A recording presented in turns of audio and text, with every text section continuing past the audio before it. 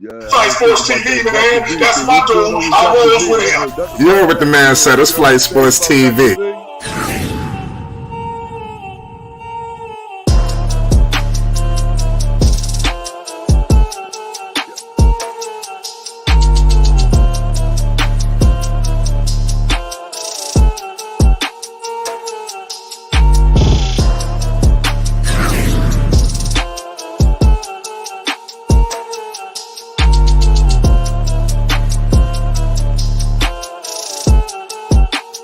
LBS.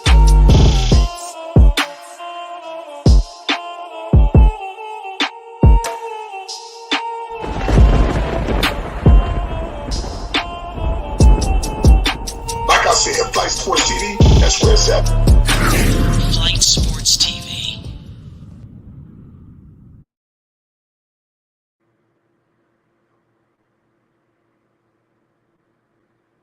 Shout out to everybody out there in the YouTube landscape. We got a good one for you today.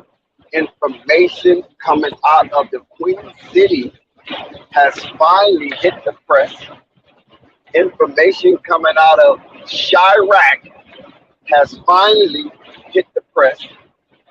And today, we're going to talk about it.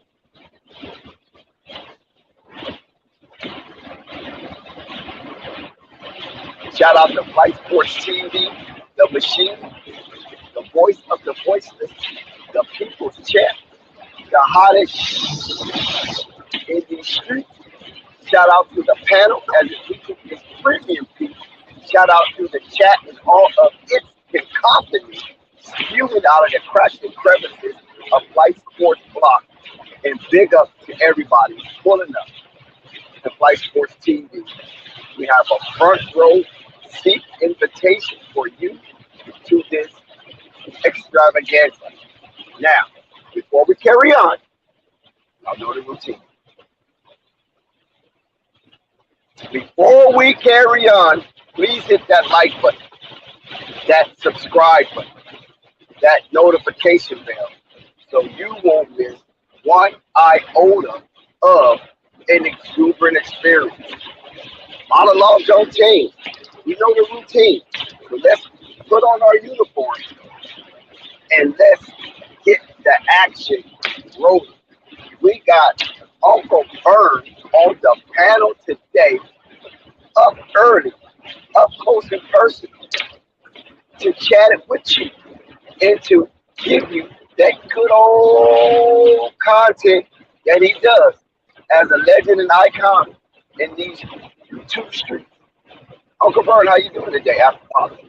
I'm doing good, Dex. Thank you for asking, Dex. Hey, Dex, I'm complaining. I don't know what's going on out there in this NBA world. There's a lot of changes going on. They seem like they coming kind of fast.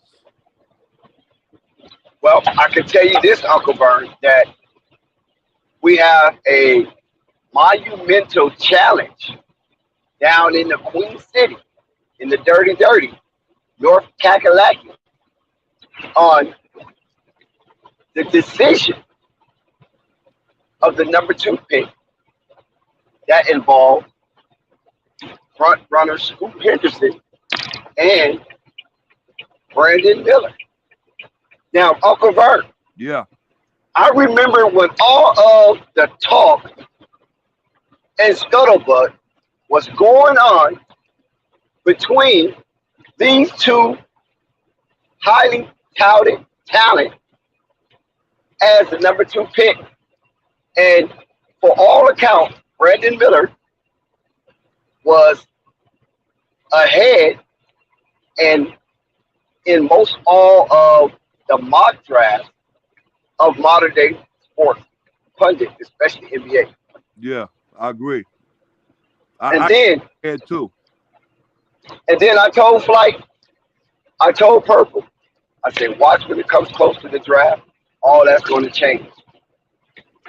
I said, because whoever is really the better prospect will emerge when it comes closer to the draft. Days away, Verge. And guess what? Scoop Henderson has emerged the front runner to be picked by the Charlotte Hornets. According to the odd makers, this is the odd makers. This is not Charlotte. This is the odd maker. Michael Jordan has yet to speak on this public and officially in the capacity of still the Charlotte Hornets majority owner. Right. The odd makers have Scoot Henderson being the number 2 pick.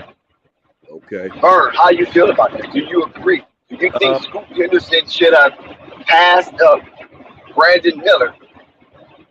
And was it due to the workouts? Or was it because they underestimated the power of Scoot Henderson in this year's draft as the number 2 prospect overall? Okay. Dex, what answer to that question is simple. Dex, you have to understand going into it, they're going into a new ownership, a new organization. So it's not really on this on I think that decision already been made a long time ago.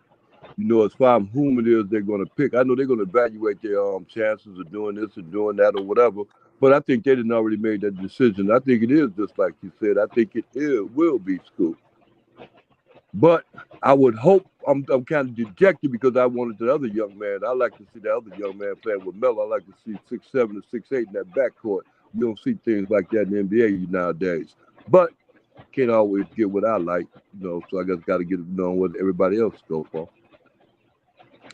That's what that is. Okay, Uncle Verge. So you like the alleged person of interest gun runner. Yeah, Miller. I like Miller back there with Melo back there in that backcourt. I like that. Yeah, I like that. That look good.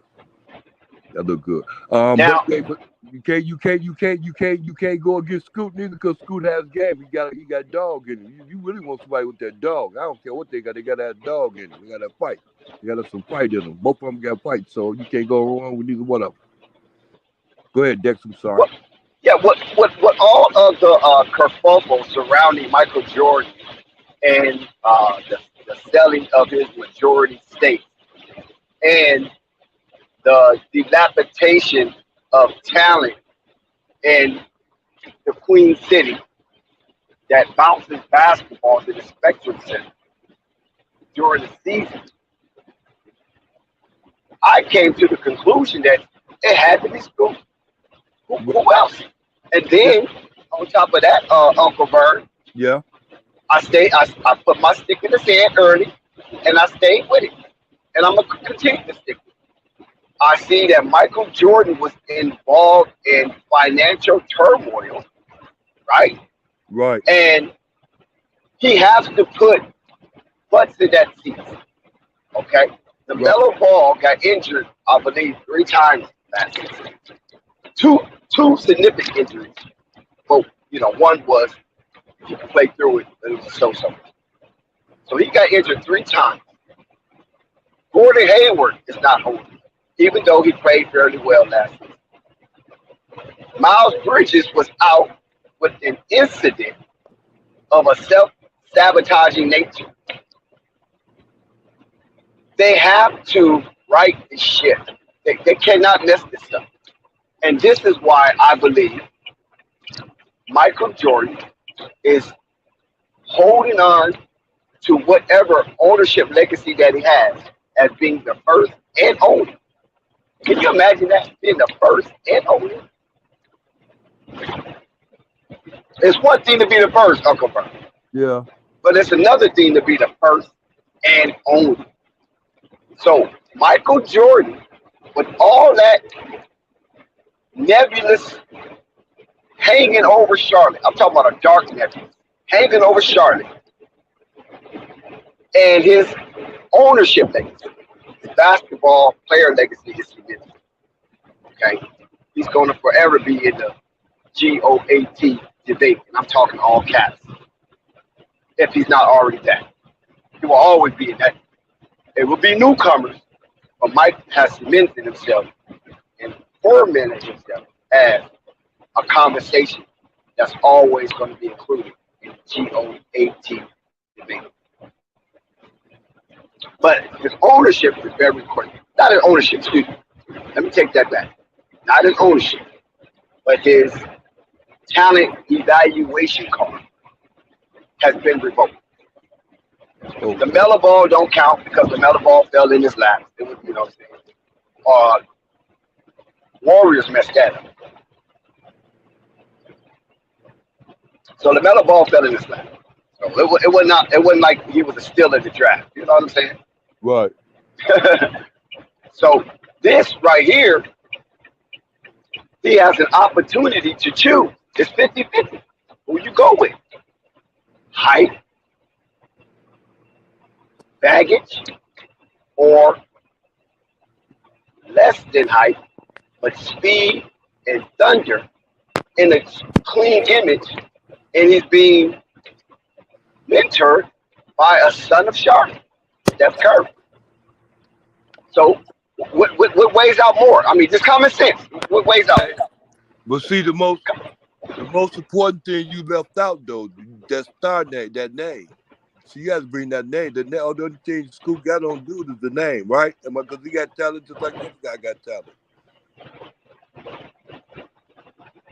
Say that again, Verge. Let me ask you this, Dex, because I can bring it to you like this. I put you in the same situation. Okay, say for instance, Scooter's coming out the same time. What's the name? The one that play out there in Minnesota.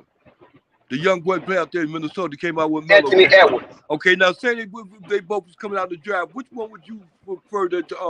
It was them two. Which one would you prefer the Charlotte take between the two? If Anthony Edwards, that's a good question. If Anthony Edwards and Scoot Henderson came out together, I think I'm going with Anthony Edwards. Yeah, see, that's what I mean to a certain extent, but you got to look at Anthony Edwards as stuff what he was doing in college and stuff like that too, you know. So you got to look at all that stuff, just like you got to do is look at what Scoot doing in the G Dig and all that other stuff. But I see Anthony Edwards more of a growth, a ceiling with Anthony Edwards, and Anthony Edwards ceiling ain't even close to Melo's. And then so you're looking at Scoot Edwards.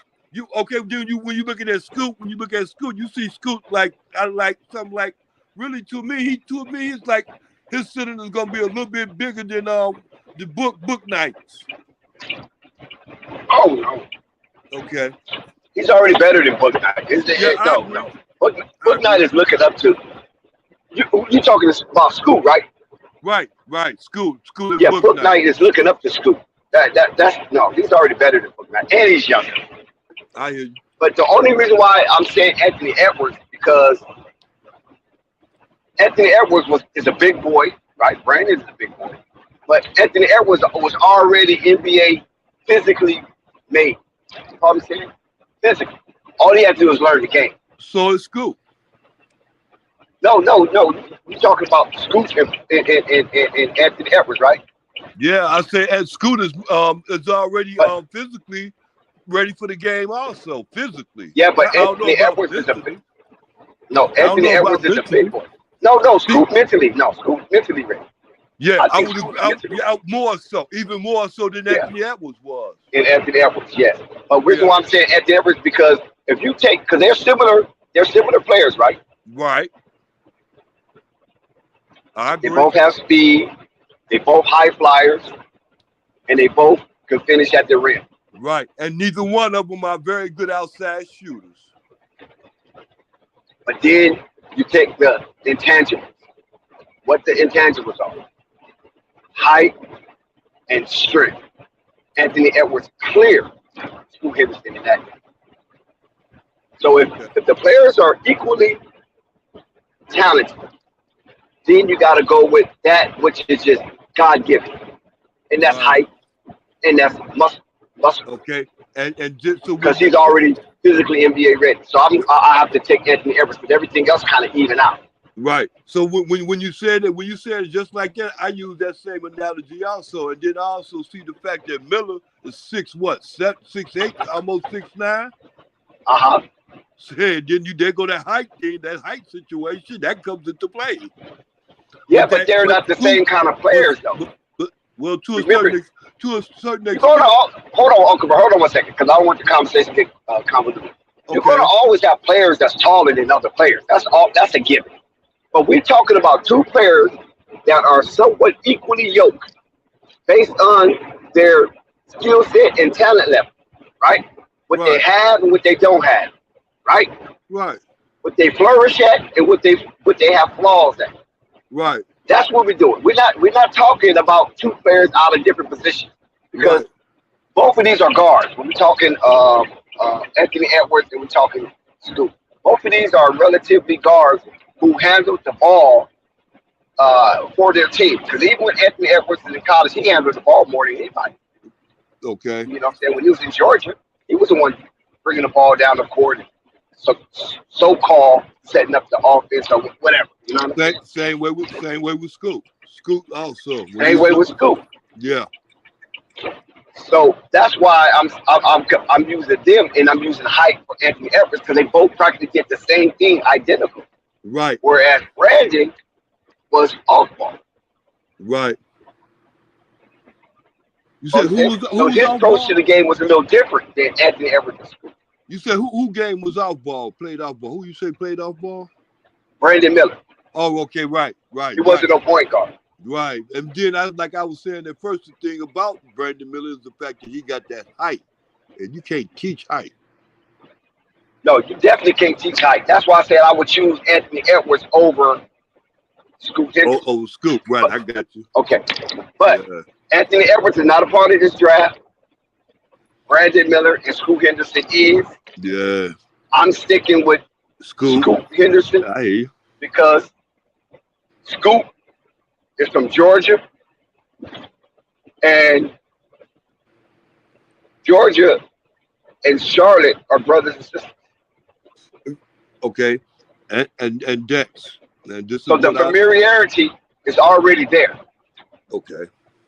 Right. Whereas Miller, the familiarity, he's a Southern boy, but the familiarity is not as clear as it is with Scoop. So it's easier to sell Scoop to the Charlotte fan base than it is to Brandon Miller. Yeah, that's the name. That's what I mean. That name. That name stands out more than that his height does. And the fact that he plays above the rim. So now listen to this, Uncle Verge. Yeah.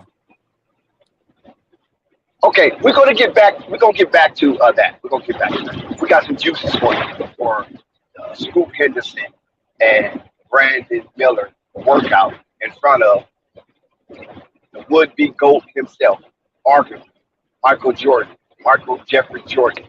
He had to get a look at this because with all the scouting reports that came across his desk, something intrigued him to invite these two young men for another workout in front of him as he evaluates their skill set as they acclimate themselves. Well, not acclimate, I take that back. Acclimate's the wrong word.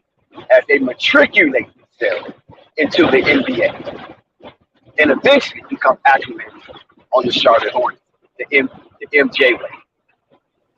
Now, going away from that for a second, we're going to come back to that shit because there's a lot of juice in that. But going away from that for a second, Uncle Verge. Yeah. Zach LaVine. Why is Zach LaVine keep coming up in trade room? What the hell is going on? I remember LeBron broke the news about Zach LaVine prior to him getting his extension. But now Zach got the extension. What is all of the fodder, banter surrounding Zach LaVine being in scarlet and red, in scarlet and black? Well, What's up with that? Like you said, he got that extension. Once he had that extension, he's a free agent after that because he can go almost anywhere he want to go down because he gonna get paid. Yeah, but Zach LaVine is tied up. He's tied up for years, or at least 4 years, and then a fair option. So he ain't going nowhere on his own volition. Right. He has to be either pushed out or force his way out. One of the two.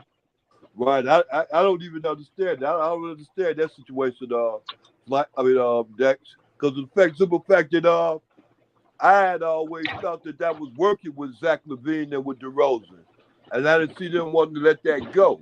But it seems like Zach LaVine is upset and not happy out there in Chicago. So if that's the case, ain't no telling what's going on. Like I said at first, things moving real fast out there in the NBA world. Yeah. Uncle Verge. Listen, I don't know anything, but I did hear a little bit of something in the BBB camp. Oh, yeah. Well, I did get a little something in the BBB camp, but nothing important. So don't ruffle me up that. Yeah. Well, like I said, Is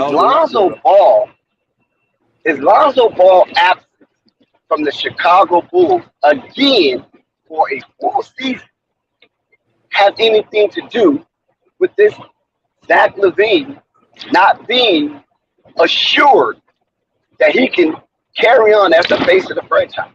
Right. Is it because of Lonzo Ball absence? Like, you know what I'm saying? Like, because Lonzo and Zach was a terrific combination. That was a hell of a backcourt. Right. Was it or was it not? It was. I agree. And it even elevated DeMar DeRozan to some degree. Right. It instilled and inspired some competition amongst those two. Albeit silent competition. Nothing where you're going to throw punches, but just a little silent, friendly competition among those two. Yeah. When Lonzo Ball was integrated amongst the Chicago Bulls 15-man roster. Right. So Think about it. So you said the elephant in the room is Lonzo, not Zach LaVine. Yes. I mean, It's not just, yes, exactly. Okay. It only making sense, right? Okay. I mean, nobody's talking about it because you know how people feel about the BBB camp, and you know they ain't gonna just come out and just say it. But you know they kind of, you know, they don't like a black man to be bold, right? They don't like a black man to be brashy, you know. They don't like a black man to be boisterous.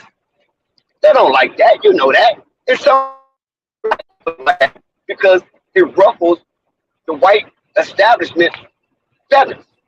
And don't be out here getting both, man. Don't be out, because you're going to make trouble for all of us. You out here making trouble for all of us. They mad at you, and then they're going to look at us, and now you're going to make trouble for all of us. So their narrative and their commentary are kind of anti, not that they don't like Lonzo, but they have disagreements with his dad because his dad is uncontrollable. I understand all that, but what they got to do with Zach LaVine though? Easy. Who broke the news that Zach LaVine was disenchanted with the organization? Who broke that news? Oh, okay, LeBron. Okay, now come a full circle. Right. So Lonzo is not able to get healthy in a reasonable amount of time. Yes, you follow what I'm saying? Yeah. And if they know this, then you know, Zach, that's your guy. Zach, you're the one that recruited Lonzo. You feel me? Yeah. Or maybe Zach might be on the other hand saying, shit, if Lonzo don't come back, man, this Bull situation could be a nightmare for me. And I could be stuck. Hey, Dex, let me ask you something. How do that work? Can they work and trade with, say that because they want to get, they can't work and trade with Lonzo to get him off right now because he won't be able to make the, what's that? He can't get You can trade Lonzo whenever you want to. Oh, yeah? It's up to Bulls management and ownership to want to release themselves from that contract. But when a player is injured, who's going to welcome a trade, an injured player? It's like buying a lame duck. Right. It's like so how you going to pass physical? How you going to pass the physical? Right. That's what I mean. You won't be able to pass the physical. How you going to get the job? But if a team is willing to trade, you can trade an injured player if you want to now. Okay, I didn't know that. I thought they had to be able to pass the physical. Oh, you can do it, but it's unethical.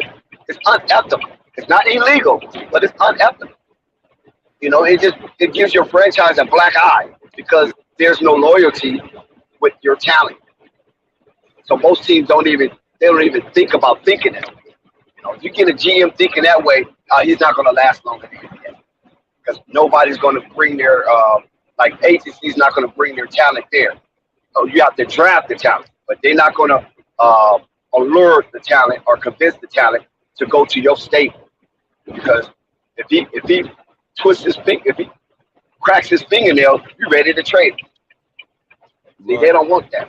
It's all about sustainability and comfortability. This is what all these major contracts are basically rooted. You don't want to send agent is not going to send his player to a team or even suggest to his client to go to a team that has no loyalty and deals in unethical ways.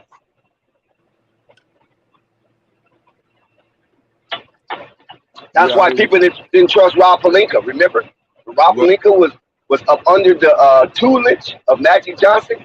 Right. Teams will hang up the phone on Rob. No, we don't want to talk to you. Now, if Magic, that's a different story. That's what teams were telling Rob Pelinka. Right. And that irked Rob Pelinka to the point where he stabbed Magic in the back. But this was happening with Rob Pelinka. Teams would just hang up the phone. You know what I'm saying? Yeah. You know used to us. Kobe Bryant's retired. You know used to us. And we don't trust you. You're an agent. We don't trust you. You know how many times you made a lie or confabulated certain situations that cause our in negotiations and things of that nature? No, we don't trust you. You're like a used car salesman. But Magic had to co-sign for Rob if any suggestion came up as far as getting new talent to the Lakers and try to deal with other teams and GMs. Magic, the one that had the good name, not Rob, not Rob. Now Rob have a good name based on his works. You know what I'm saying? And based on the helping of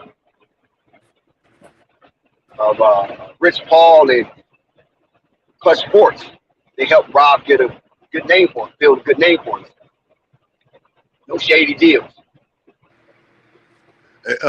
He got a good name based on him getting Magic out of the way, I think. Well, not getting Magic out the way, but lining up with Rich Paul. He let LeBron go ahead, do it. Go ahead, LeBron, you do it. You understand what I'm saying? Right, because I look at it like this. When Magic and when LeBron when Magic was finally got out when Pelinka stabbed him, put him, cut him in and put him in the back, stabbed him in the back. LeBron that took over. It wasn't really the Pelinka that took over. It was LeBron that took over. Yeah, Clutch Sports. Yeah, Clutch Sports. That's right. Right, and then ever since then, it's like, Pelinka just cool. He just cool like that. He can't go wrong because he ain't making the decision to go wrong. You understand me? Even with the Westbrook thing, they couldn't put that on Pelinka. Why? Right. That's LeBron's boy. Good take. Good content, Uncle Brian. Yeah. Exactly. You know what I'm saying? That's Pelinka ain't doing nothing but what he told. Magic couldn't do that. Magic couldn't take side shoulder LeBron like that. He might have wanted to, but he just couldn't see himself doing that. He had right. Well, right. Yeah, so Pelinka got out of that mess. But anyway, that's a different situation. But yeah, I'm just sharing that as far as saying and relating to the Scoot Henderson and Brandon Miller, and then also circling back to Zach LaVine. I told you guys, whether you believe me or not, and I know most of y'all don't believe me. I'm a black man talking my shit, and y'all think a nigga don't know nothing. Excuse my French. You don't hear from the white establishment. It ain't true. So we break news here at Flight Sports. Not all the time, but more than a whole lot of content creators. We break news. We don't wait on them to put the news out. Sometimes we break news based on our access and connection. But it's Coffee, but myself, Slight. We break news because we have boots on the ground in various areas of the United States. We damn near cover all, especially the lower states. We have boots on the ground. So information comes out, they shoot it to Flight, shoot it to me, We bet it, and we like, whoa, and it might not even make the major market. We getting it off the chitlin circuit, and that's what makes Flight Sports TV unique. So that's why it's a good opportunity right now for you to like, subscribe, and hit that notification bell so you won't miss one iota of an exuberant experience because we have breaking news in various sports. Oh yeah. You know, so you'll be right up on it with us, and then you'll be able to verify with us that we had the information maybe weeks ahead of mainstream media, and we over here chopping it up, and mainstream media don't even have it. You know what I'm saying? What we had the hardest situation with Brooklyn. Remember that, guys? You remember that? We had the hardest situation in Brooklyn. Flight Sports TV breaking news. We had the Russell Westbrook situation in Los Angeles. Flight Sports TV breaking news. We had the Kyrie Irving wanting out in Brooklyn and wanted to be a LA Laker. Flight Sports TV breaking news. Absolutely, Dex. Lonzo Ball, Salute to you, Lamelo Dex. Ball. Flight Sports TV Yes, breaking sir. news. D'Angelo Ball. Breaking news. D'Angelo Ball. Charlotte signs with the Charlotte Hornets for summer. D'Angelo Ball signed with the Charlotte Hornets for training. D'Angelo Ball will be waived from the Charlotte Hornets and will be at the G League in the Greensboro Swarm, Charlotte Hornets affiliate. Apartment already paid for and given to him from the Charlotte Hornets based on his activity to be in the G League. Nobody wasn't breaking that.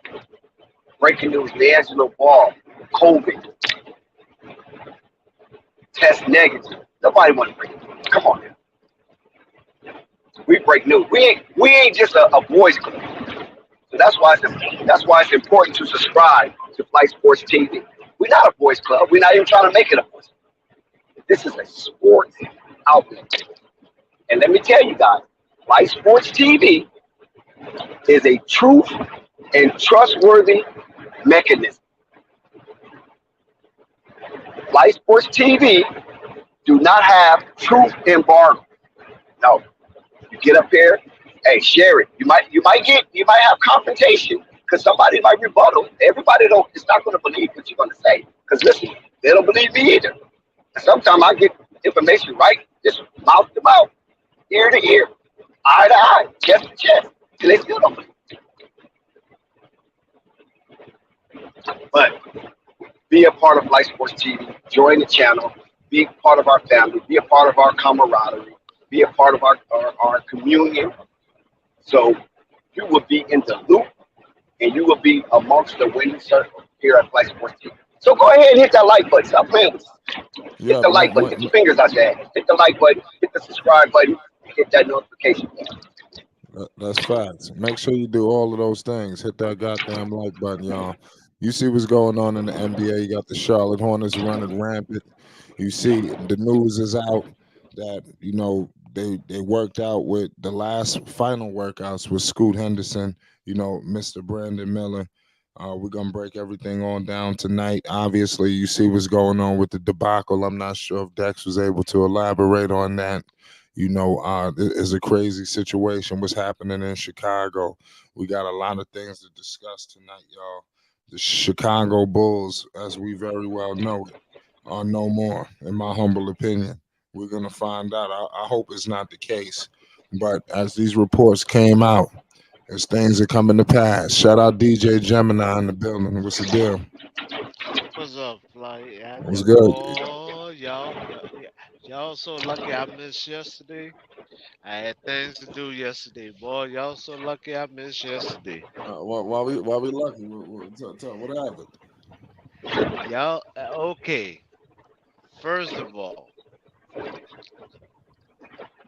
More this trades on the way. is this is a 1.6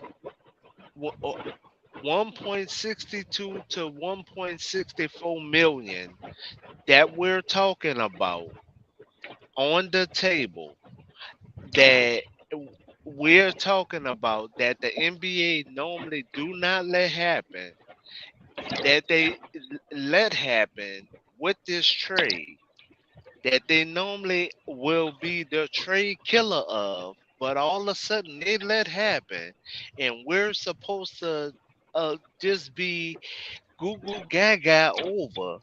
But by the numbers, they normally would not let this trade happen. They would normally put a first round pick or a couple of first round picks within this trade, somewhere in there.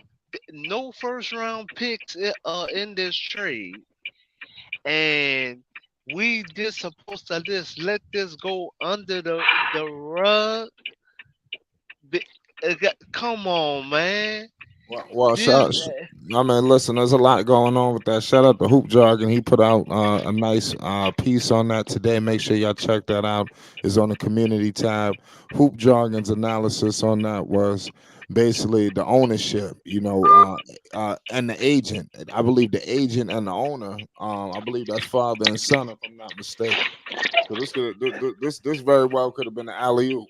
And then another thing, the no trade clause. So I mean, that's a whole nother crazy situation in itself.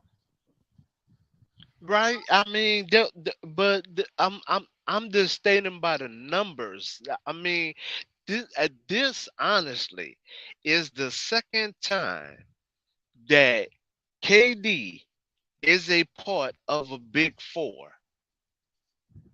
The first time was with the Warriors. The this is the second time with the Suns until Aiden is traded. This is a big four, sir. Listen, So no matter how we look at it, until Aiden is traded, until this is a big four. Not a big three. I don't care what the media says. This is a big four.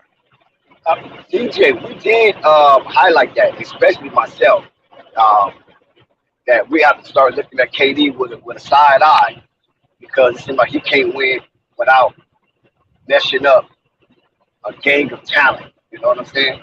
Or carousing a gang of talent around him that makes it so evident that they should be a front runner. And people used to challenge LeBron that he needed everybody to win. You know how the narrative was against LeBron. And then when we put it in the conspiratorial hypothesis,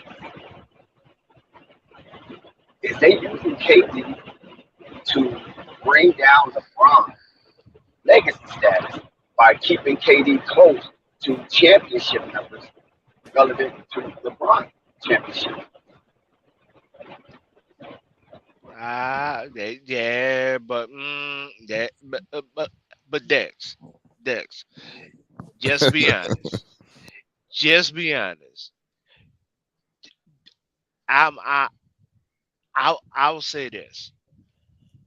People have been going so hard on LBJ, so hard on LBJ, to where KD has been their ray of sunshine, their only sunshine. So to look at his legacy, it it is confusing because this man has 10 fake Twitter accounts. It I mean to try to cheerlead himself with this in these last moves, just be honest. After he lost to the Golden State Warriors, when he was a part of OKC, he had to join the Golden State Warriors to get that championship. We all can attest to that. After leaving the Golden State Warriors, what have you done for me lately, as Stephen A like to say? What have you done for me lately? Just look at the resume. What have you done for me lately? He doesn't like to train. But So actually, that's Janet Jackson, not Steve. no, Stephen A like to say But it he on got the it from first Janet take. Jackson, so we like to go to the movie. That's Right, Janet right, Jackson. yeah, right. I mean, but he Stephen A like to say it in sports. So, what what have he done in sports lately? Is the resume is not there because he doesn't like to train. Th- I, I, Gemini, this is I don't what really, we because tear. Gemini, you stretching this out a little too long because we don't want it to be no KD LeBron thing. What is your No, thing on? I'm not making it a KD LeBron thing. I'm Oh, making it a let's land the KD plane, bro. thing because he gets coaches fired, Yeah, nah, and nah, it, yeah, because eventually it we got to get to what's going on with the Hornets and these Bulls. Is a big time debacle that's going on right. right now. But go KD ahead, you can gets finish your coaches statement though. fired, it, and the, with the new coach that is with the Phoenix Suns, they don't win a championship this year. There's going to be another coach fired. Then what are we going to say? That's basically what I'm getting at. They don't win the championship this year. Coach get fired. What are we going to say this time?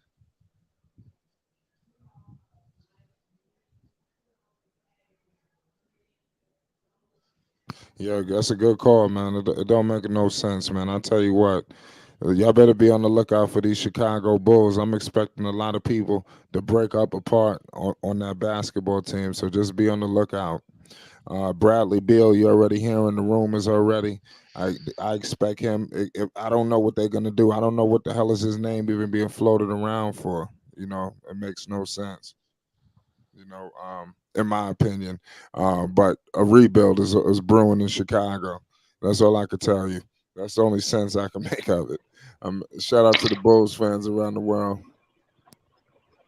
Now going to Chicago, do you think that maybe they just put his name out there to excite him more, to be more of a competitor for the Bulls? Like, oh man, you guys trying to trade me? I'll show you. So when it comes to when it come out of the off season, Zach Levine will be motivated. Like, is this a part of motivating him, even though it shouldn't, because he's been in the league way too long for to be using tricks to motivate a player that's a max player? You know what I'm saying? What you talking about, Levine? Yes, sir. I mean, we Bill and Levine was paid for loyalty. Can we both agree on that? They was paid for loyalty.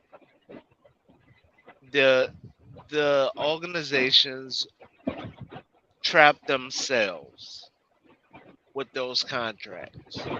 They gave themselves no wiggle room when it came to those situations. Throwing it now, trying to throw their name in the hats when they're trying to rebuild is asinine because you paid those men for loyalty. Now you asking them to jump on the sword. Pause. So I don't I that that's the part I don't get. You you paid me for loyalty.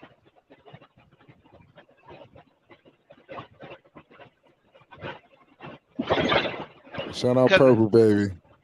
But at the New same, Orleans just rolled in the house. You got okay, company. but There's a lot going on.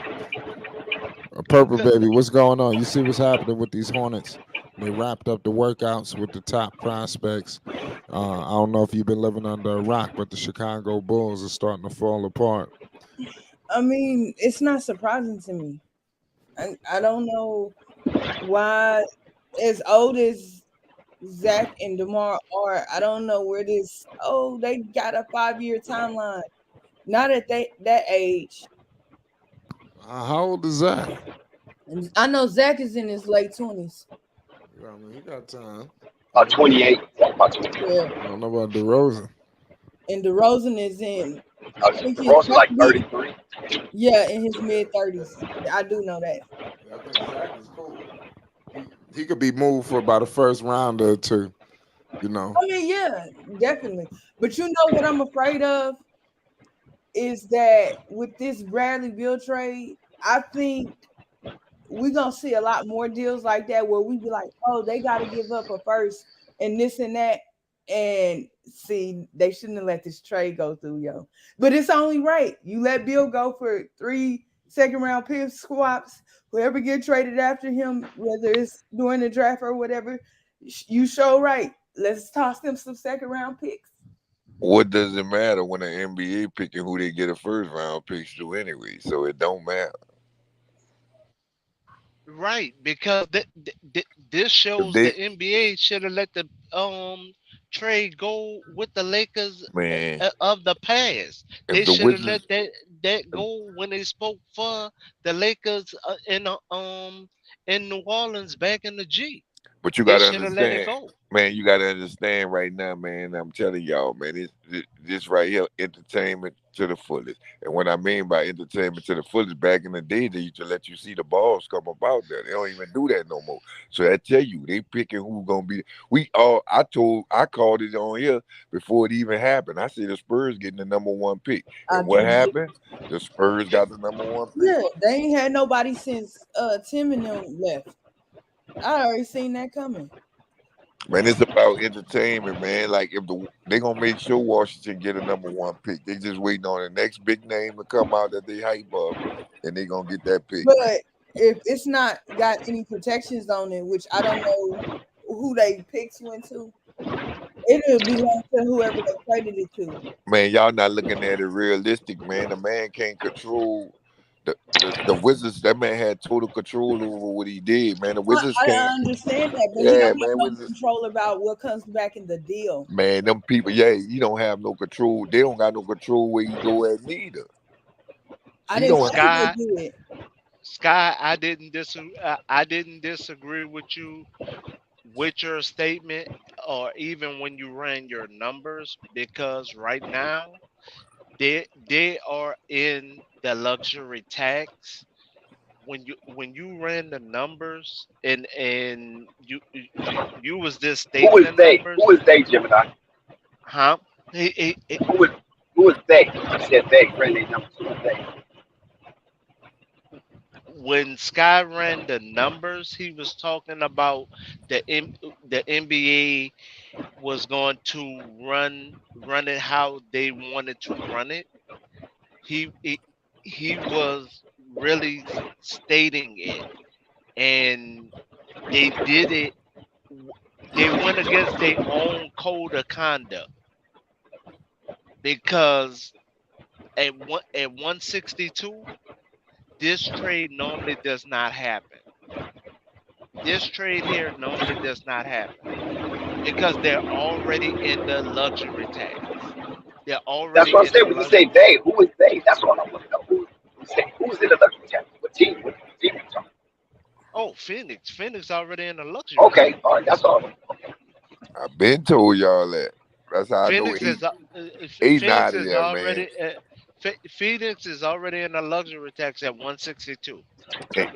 Eating already and eating out of there, man. We all know that, man. They got people calling for eating right now, man. Shams already reported it, man. He out of there. Who's gonna take a? Hold on, Sky. Wait, Sky. Hold on.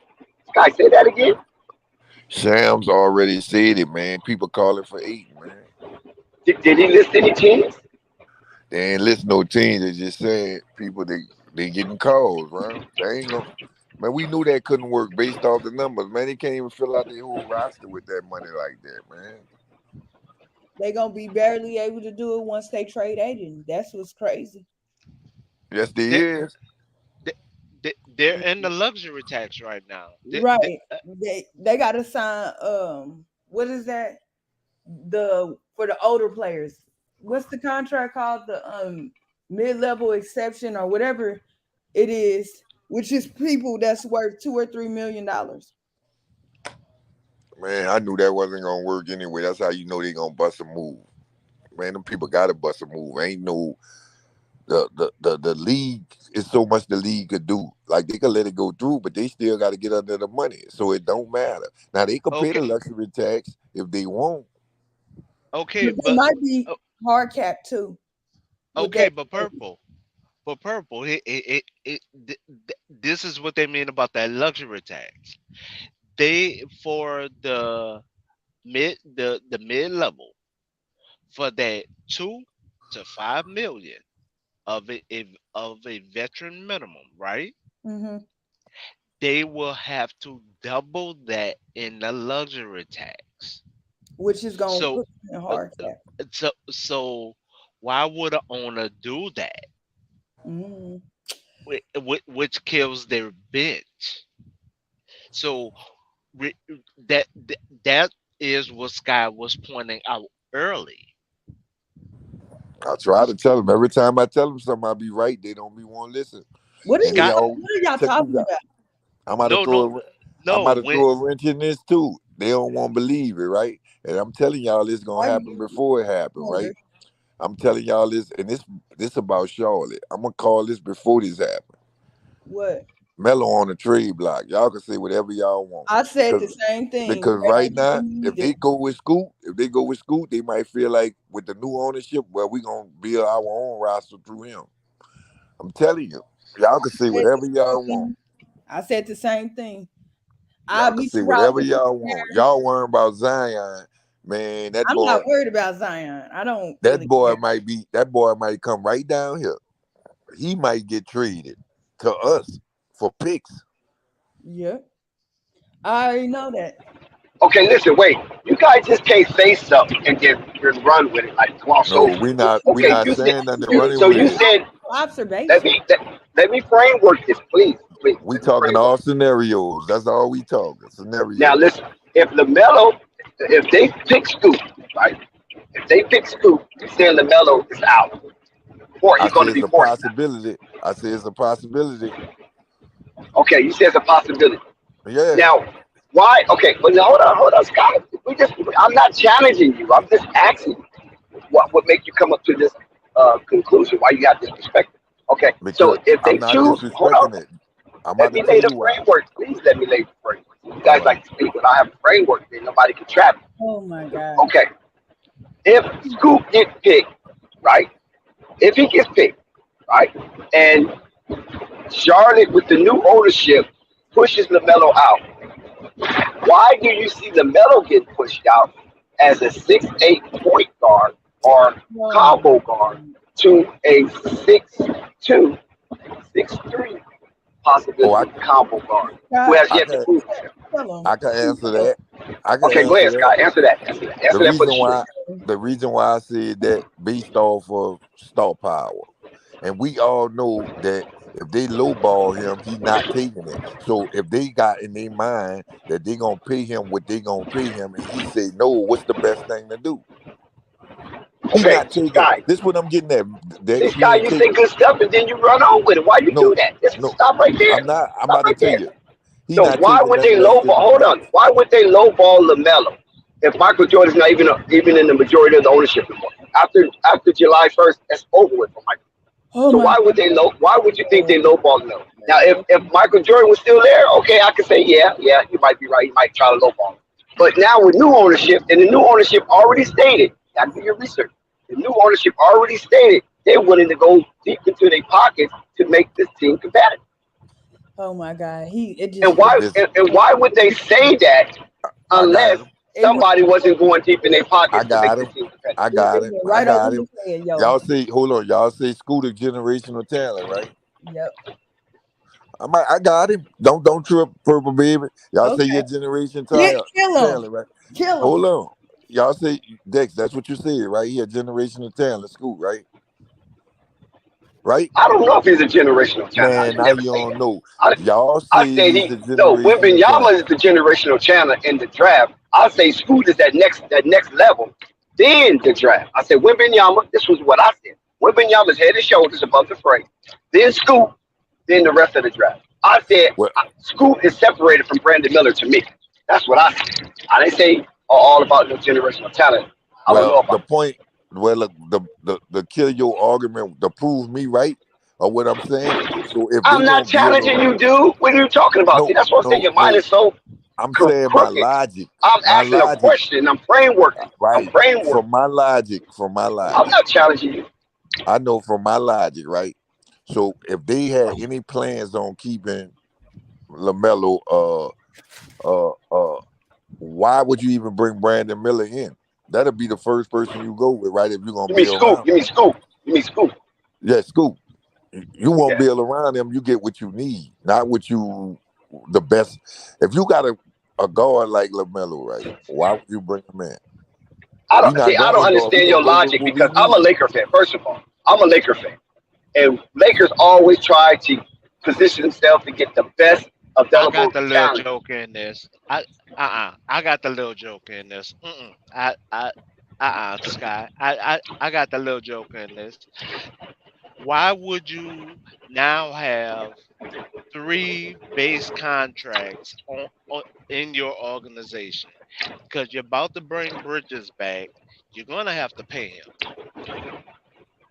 You're not going to be able to lowball Bridges for number one because Bridges was a all-star. No, he wasn't. He was never an all-star. Not He was an correct all-star. information. He was an all-star Never. talent. He was an all-star talent.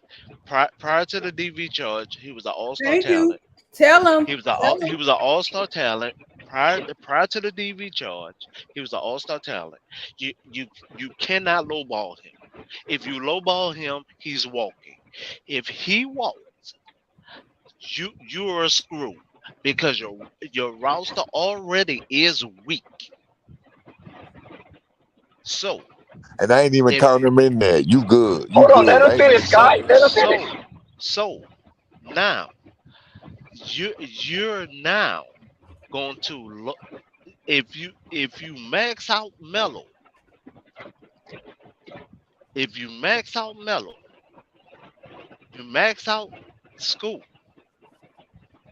That's 2. How you gonna max out Scoop? He on the rookie. Be- You can't be- say Scoop. be- They still got Gordon Come Hayward on, over come there on, though. DJ. Come on, DJ. Now let's get it right now. Don't try to prove wait. yourself so right that you're No, giving out no, this. no. Oh my God. He's a number 2. He's a number 2. So technically he is maxed. Yeah, they gonna Technically have he's to max. maxed. That's 4 years though, man. That's That, for 4 to I 5 years. know, What do but you Yeah, that's mean? 4 years, man. wait, he is maxed because he's a number 2 Come on, pick. He DJ, max bro. You rookie, too smart for man. that. He max But rookie, man. Rookie right, salary, man. he's a max. He ain't getting no money. He getting probably 11 million a year. That's what Yeah, he's he gonna getting get. about he getting probably But about is what? he maxed? Yes or no? He's a No, rookie. no, he's not no No, max. man. Come on, man. No, he ain't max, man. He As gonna a have, he's just gonna have a rookie, high. as a rookie, Gemini, is he stop while you're maxed? here, please. Nah. No. I don't As agree a with You can't that. even rookie, is use he that word maxed? with him. Max don't even corroborate with No, the level that he's at right now. that's He hasn't just even As a dribbled the ball. You talking if Max?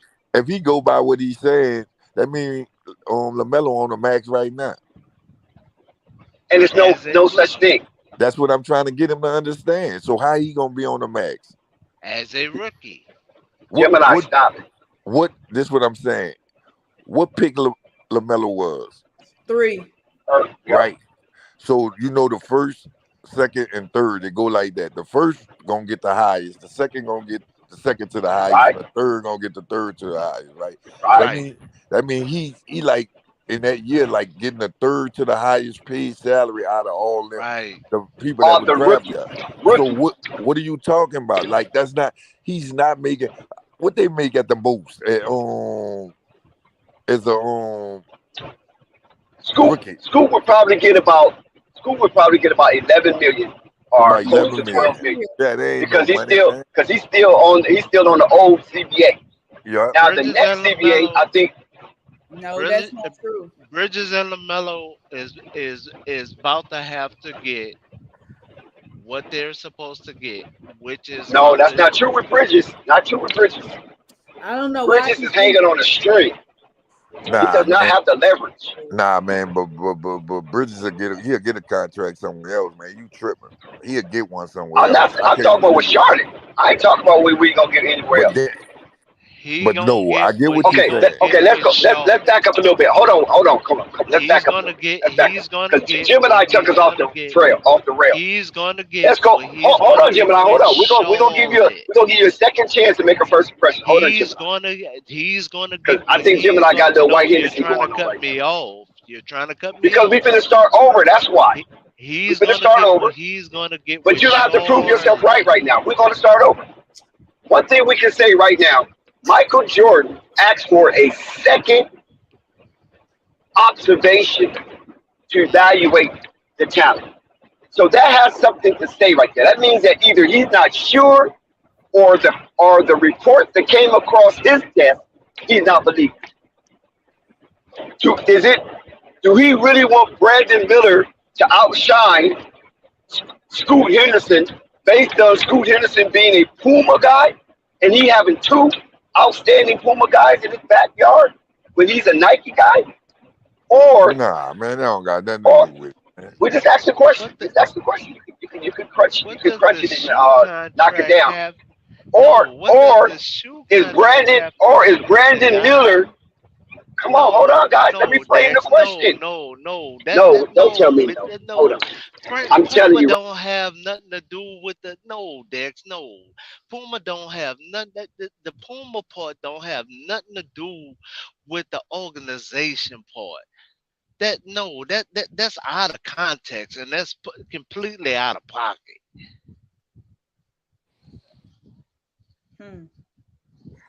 The Puma part don't have nothing to do with that. Oh, Dex, this is what I want to know, Dex. How many max players they got on their team? We ain't called Gordon. He about to fall off. So how Just many max Terry. players they got? Just Terry. Huh? Just Terry. Rozier Mm-hmm. and Gordon, right? Yeah. They money together holds up a max slot. All right. And so they got to play. Yeah, somebody getting shortchanged on the max deal round. Somebody getting shortchanged. But the Puma part that don't have nothing to do with it. No, listen, hold on one second. I'm trying to frame a question so we can regather ourselves and go through another. We don't have to stay on that same line. We can always come back to that. Actually, okay, I already mentioned the shoe deal, right? Because that's going to be a popularity contest with Lamelo Ball and Scoot Henderson, both Puma guys. Now, is Michael Jordan? Do he make Brandon Miller a Nike guy? Because I don't know if Brandon Miller even have any kind of shoe deal pursuits. And so this is why he wanted a second opportunity to give Brandon Miller the ups on Scoot Henderson. And Michael want to see it himself.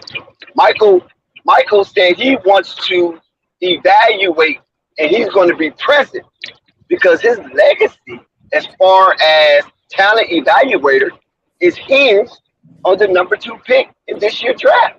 Oh, Dex, So do we want another Puma guy? Or do we want Go ahead, Go ahead, Dex. Scott. I don't want to cut you. Dex, I don't think No, that's what it somebody else. I is. don't know who's that. I don't think that's what it is. I think they stuck in the middle. Oh, that's Chance. Chance, turn your mic, Chance. I think they stuck in the middle. It's 2 ways you can go for need or best talent. They don't know which one they want to do. That's the problem. But is it that close, guy? That's what I'm asking you guys. Purple Baby, It's not. Chance, It's not that close. Gemini. It's need, and best talent. It's not that close. And then I would like to point out something too. As evident with, unfortunately, Bill and what's the name and Levine investing a lot in, like, with, unfortunately, LaMelo did have some ankle injuries and he's been off the court way more than he's been on the court. So you got to look at that too. So I'm not mad at them for looking at Scoot, but unless he turned this out to be Steph Curry down the line, they not gonna give him the max and have Scoot on that roster. But my point is, why do you guys think that LaMelo can't play with talent? No, I this didn't what I'm say we saying. ain't saying he can't play with talent. We're saying that it's about the investment of the new ownership. Yeah, and it's And because you of think that? Okay, 1 second, Wait, Sky. 1 second. Let who me said direct they Purple Baby. can't play? Purple Baby, do you hold on, Gemini? 1 second. Do you think that the ownership don't want the home run? LaMelo Ball was a home run for Charlotte. It's evident. All you got to do is look at the money from the time that LaMelo Ball got there, prior to LaMelo Ball getting there. The how much profit you folks said. Not what they gross. I'm not talking about gross. I'm talking about what they net. How much they net since LaMelo Ball been there. You think the ownership is going to throw that away and thinking that Scoot will match that? Yes. Yeah, y'all a lot saying of people other people think that too. Yes, they Damn, y'all must hate Charlotte. y'all saying that's what No. y'all saying that's what the Pelicans do. The Zion and Zion generate money too. So what's the But difference? Zion got off-court issues. LaMelo ain't got no off-court issue. Man, Oh, y'all man, what's acting this like excuse? no, I'm not gonna use that language. What they got to do with the people sitting in the seats? I'm not gonna use that language. It's about Wait. sponsorship. It's not about just the people in the seat. It's about sponsorship. They get way more money in sponsorship than ticket sales. Wait. You telling? Wait, hold on. You're telling the one of the number one cheerleaders for Charlotte that they don't want that. I'm sorry that their number one player that she's going against their number one player. You're telling the number one cheerleader for their team.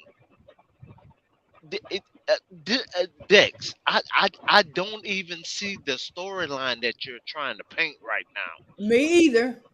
I've been trying to tell him that. You're telling the number one cheerleader for this organization that she's going against their organization. I don't see this storyline. This is like you're telling Stephen A that he's going against the Knicks at this point.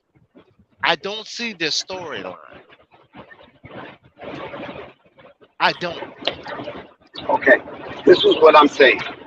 Purple Baby, I don't know. Purple Baby has Is been. a Charlotte fan. Who is No, a I'm not a Charlotte Charlotte I fan? know she's not. She's not a Charlotte fan. She's not no Charlotte fan. I'm an NBA fan. That Yeah, follows. she's not a Charlotte fan, Gemini. Okay. That's another strike. She's not a Charlotte fan. You gotta know your intent. But anyway, she's like okay. LaMelo Ball. It's different. But one thing I'm gonna say this right here. All I'm saying is that if there's gonna be a financial situation, right? Mhm. LaMelo has already shown he is that bad financially.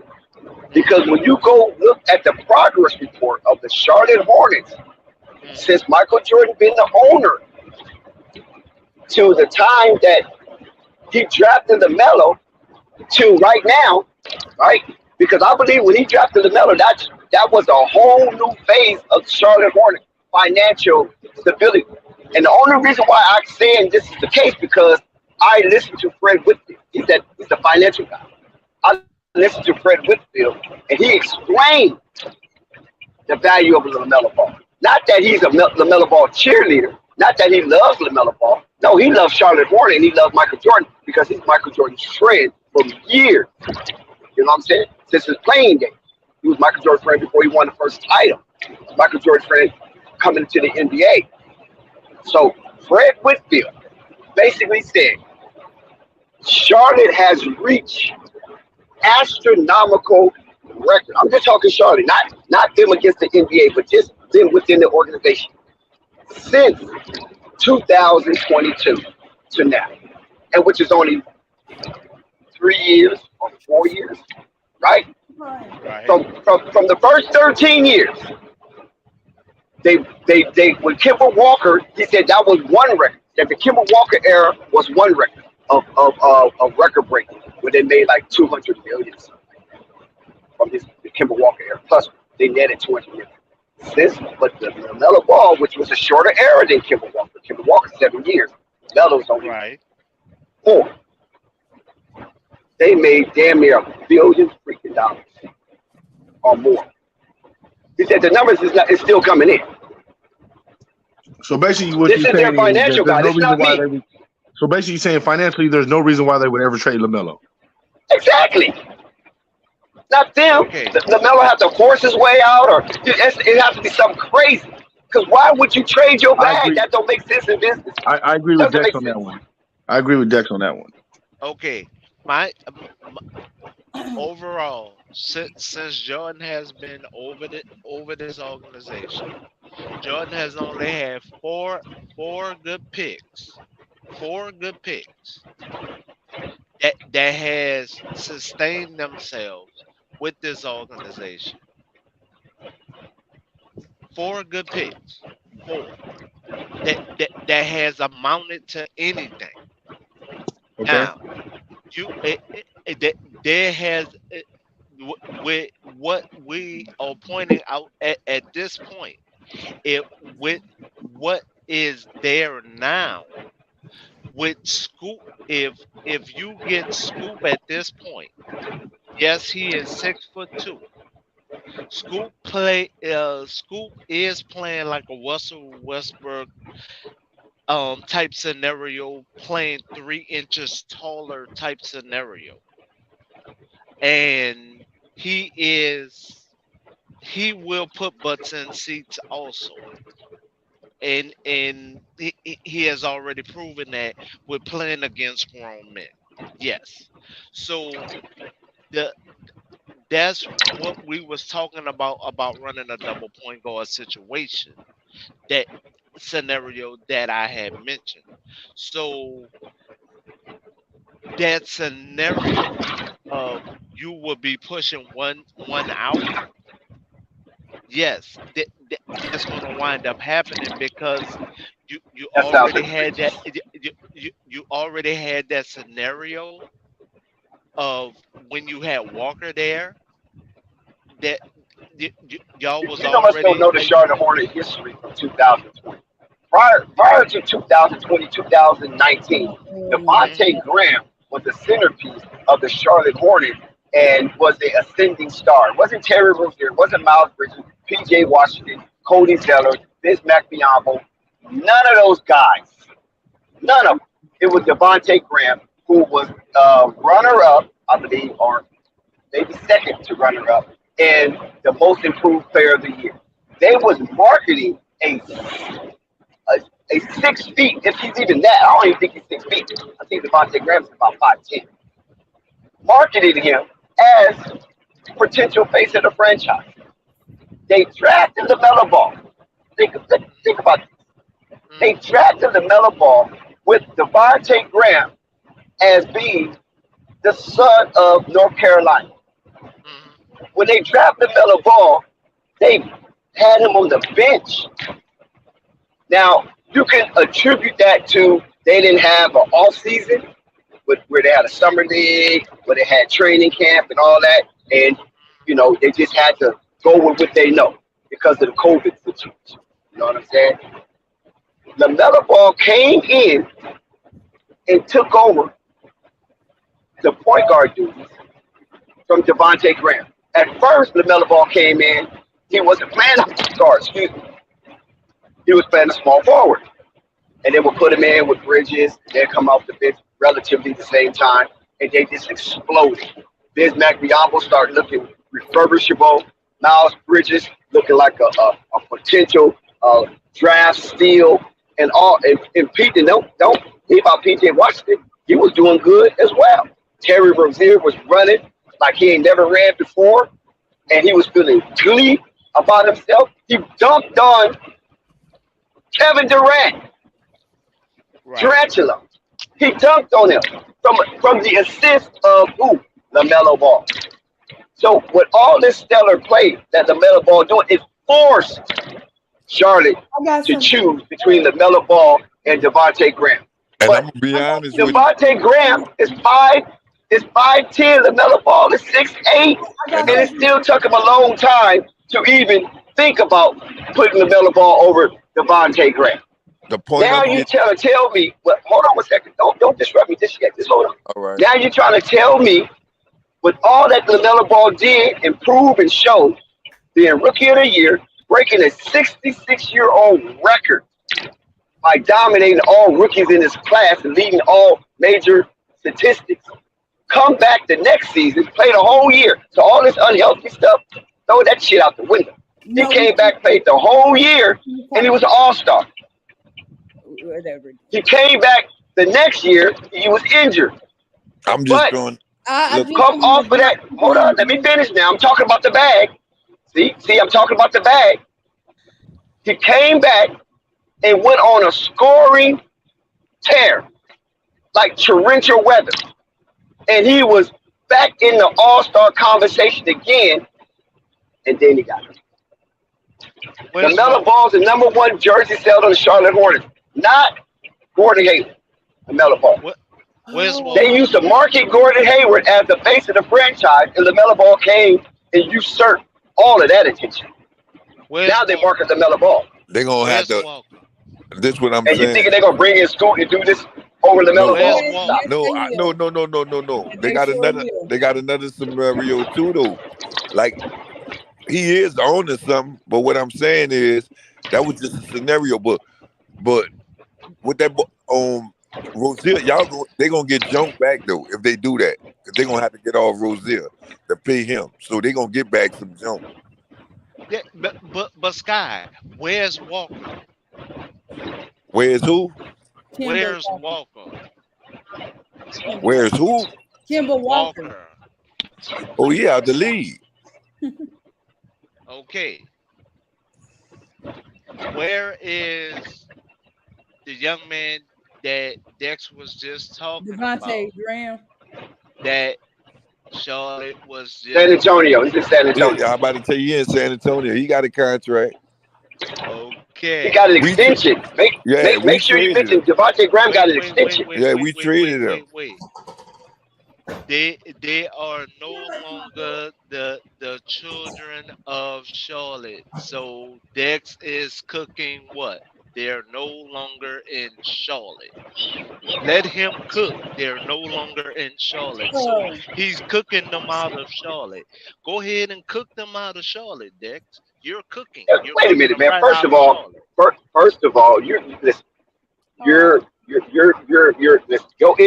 innuendos are so out of the window because you're cooking them right out. Kimber Walker had knee issues. Kimber Walker once again had knee issues. His knees were squeaking. Okay, now Devontae Graham undersized, and his shooting had dropped off precipitously. So even the New Orleans Pelicans seen this and said, you know what? You got to come off the bench. They had to have a private meeting with this guy. You got to come off the bench. And eventually, they trade him away because his shooting was so subpar. And sometimes Devontae have a good game, but a lot of times he didn't. And that was based on him being undersized. And this is what people were talking about when LaMelo got drafted. How you putting LaMelo Ball behind this guy, and this guy is undersized. And every time LaMelo Ball gets on the court, his performance is outshining Devontae. So you telling me a guy, hold on. So you telling me a guy that come from the G League, listen to what you're saying now. A guy that was coming from the G League, got into Charlotte. Can I finish? Because you said I was cooking him out of Charlotte. So let me cook him back into Charlotte.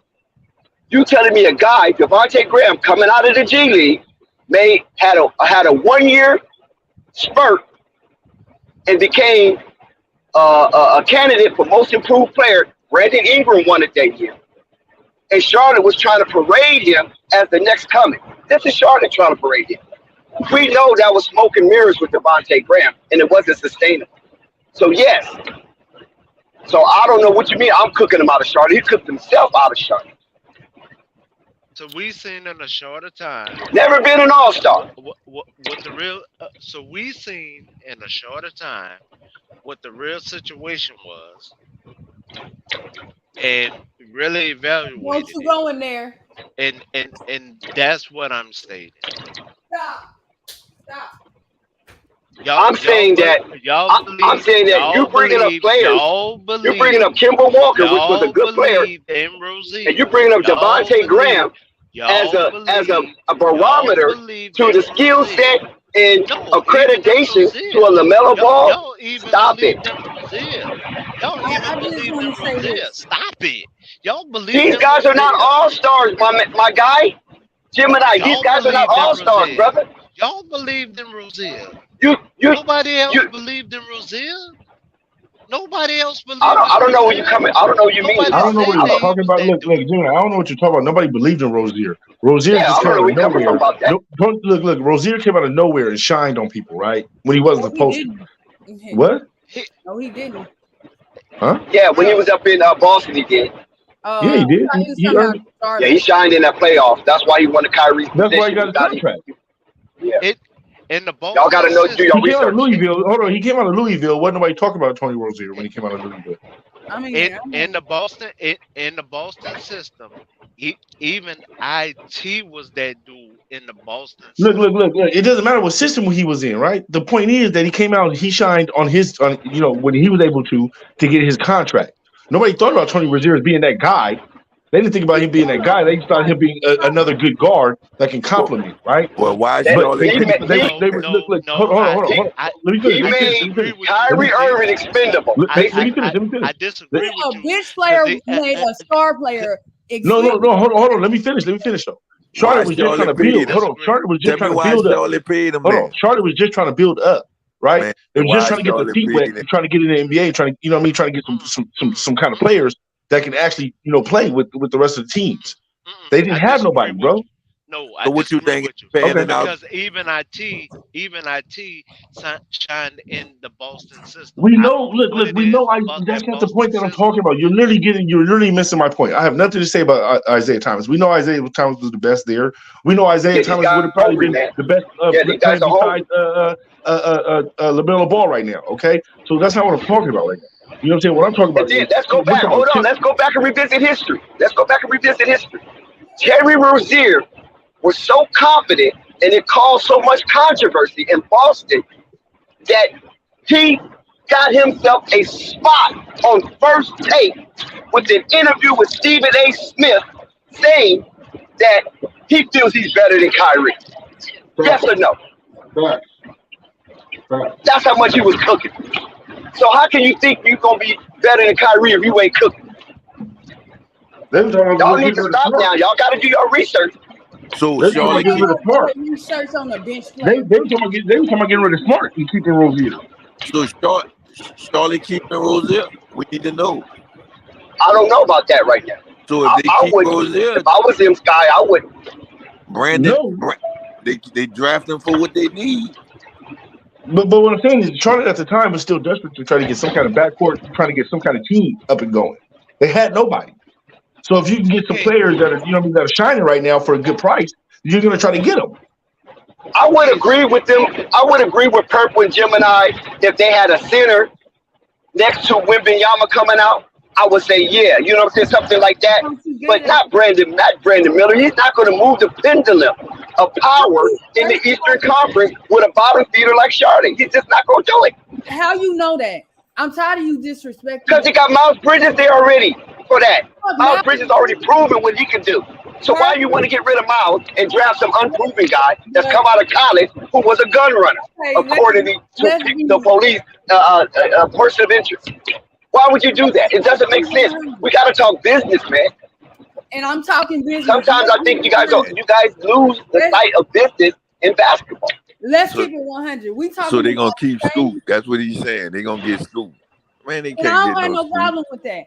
But let's keep it 100. We talking about, we said on here all summer before he got in trouble and said he was not worth the max contract. So what do you mean? Oh, they got Miles Bridges. What does that mean? I don't know if Miles Bridges is going to get a max contract, Purple.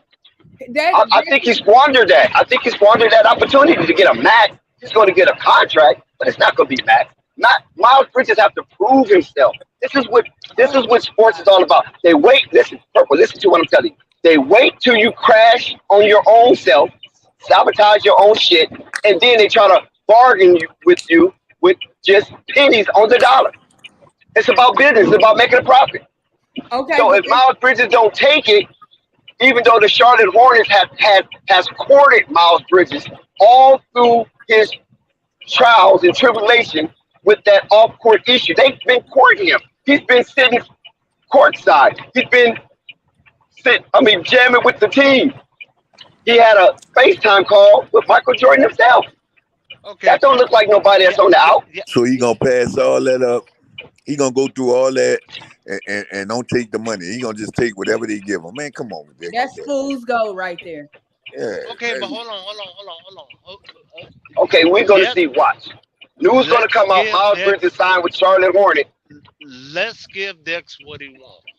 Miles Bridges signed like 84 to 86 mil.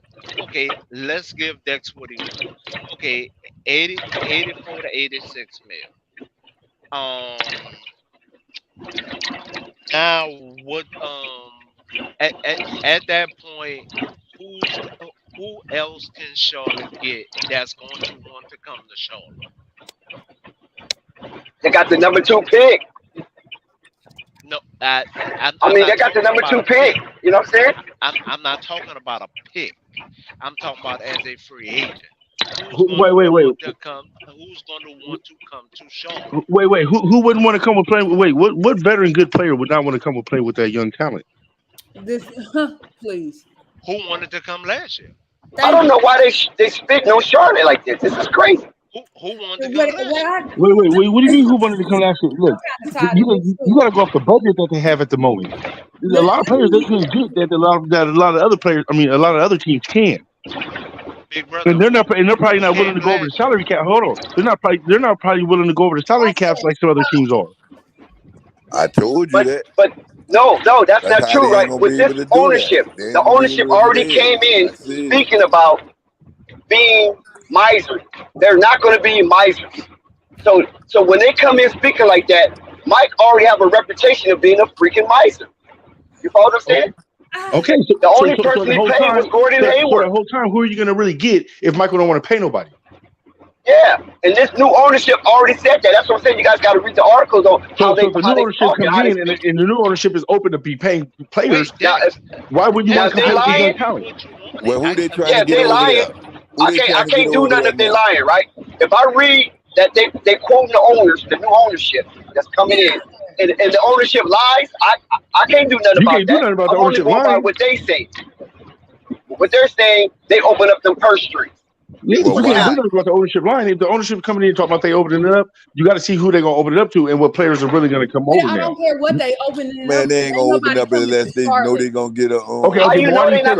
Purple. Why do you say that? So Purple. Hold on, Purple. Why you say that? As bad as Chicago is, they'll probably go to Chicago before they ever step, or even Memphis before they ever step in Charlotte. But why you say that though? What you mean when I say that? It's Charlotte. What is the selling point? Tell me the selling point. You got new ownership. You got a young backcourt. You got a young core that's like rising all stars. What else do you need? What young core you got? Right. What are you talking about? What are you talking about? Look, if you go get Scoot, right? Or you go get or let's say they not go get Scoot. Let's go say they go get other dude, right? And he end up being a good Bane or something like that. Maybe like a Bane from Memphis or something. That can lure talent over there. No, it won't. Nah. No. Wow. No, it won't. Well, why do you say that? Okay, I'm gonna ask you this question. Who's a better city? Hold on. Who's a better city? Hold on 1 second, guys. Who's a better city, Memphis or Charlotte? What's the better city? Memphis all the way down. Memphis. What? Come on, Purple. You can't be honest. Look, man, I'm about to get shot. What are you talking about? Every time Have you ever been to Charlotte? Have you ever been to Charlotte? No. Did you know that was at one time? Listen, hold on. Let me give y'all some information, please. Did you know at one time, Charlotte was the #1 city to raise a black family? I mean, great for Charlotte. I mean, congratulations. Memphis ain't never had that. Look. Hey, hold on, Purple. What you moving to Memphis for?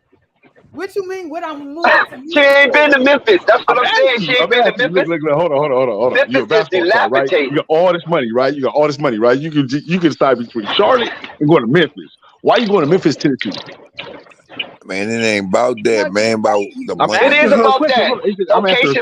Location. It's about who they want to play for, man. Why you think the Purple ain't been to Memphis? Purple ain't been to Charlotte. Look, y'all ain't let Purple answer the question. That literally goes with the question. Why are you choosing Memphis over Charlotte. I'm asking her that. I can really answer. I can answer it too. Man, I'm trying to ask Purple. Y'all keep trying to answer for her. Y'all, very honestly, I would not want to go to Charlotte if I play basketball because of where I'm from. I feel like it's dead. It's nothing going on. So versus going to Memphis, where I feel like it's a small black, like not small black Hollywood, but you know, you get a lot Small of black Hollywood. They getting shot and killed out there like it's nothing. All the stars. Memphis look like a ghost town. Okay, Dex. That's not what I. I'm telling you something that I know for sure. All the stars are getting shot and killed. The only thing that's good in Memphis is the food and the Civil Rights Museum. Hold on. Look, even the Memphis gangsters is threatening the NBA the basketball team. Like, hey man, we throwing up Gucci woo. Like, what? What are y'all talking about? Memphis Gangs, the Memphis Gangs is telling the NBA basketball teams, hey, don't be acting like this in Memphis. Why am I gonna want to go there? I would want to go to Memphis. Man, none of them dudes don't live with these, man. None of them dudes Dude, you know don't how live small with Memphis these, is? man. Chicago. Bruh. Go to Chicago. Anywhere. You want to go to Chicago is Chicago? big. Yes. Chicago got about 4 People trying to million move out of people. Chicago. Come on, man. Hold on. No. Chicago's not as big as you think, bro. Let's be honest here, all right? I lived in Chicago is Chicago, big. bro. I was raised in Chicago, bro. Chicago is small. Bro, Chicago's not as big as you think, bro. I'm trying to tell y'all right now. Hell no, it's not y'all small. don't know Chicago. You know how many man. freeways in Chicago? Bro, y'all don't know Chicago, bro. I'm telling you, I lived in I Chicago. know Chicago. Chicago's not small. Chicago's not that big, bro. It's not that big. Not that big. It's not that big. It's not that big at all. I'm trying to tell y'all, man. It's not small. Chicago is not It's the small. reason why. Dex is not that big, Dex. Chicago's bigger than San Diego. It's the reason why the gangs. It's the reason why the gangs are so easily pushed out to those to the good communities now, That's in bro. certain sections of Chicago. That No, shit it's don't not. spread all the way.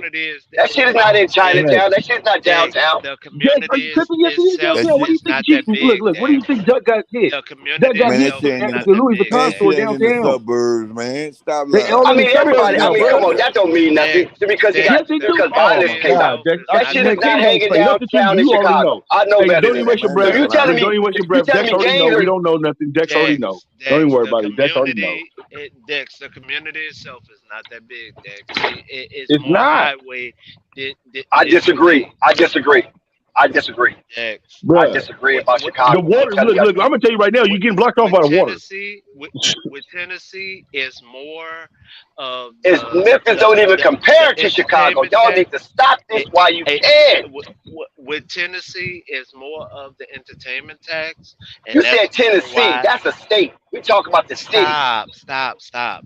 With Tennessee, is more of the entertainment tax. That's why a lot of players don't want to go to Memphis.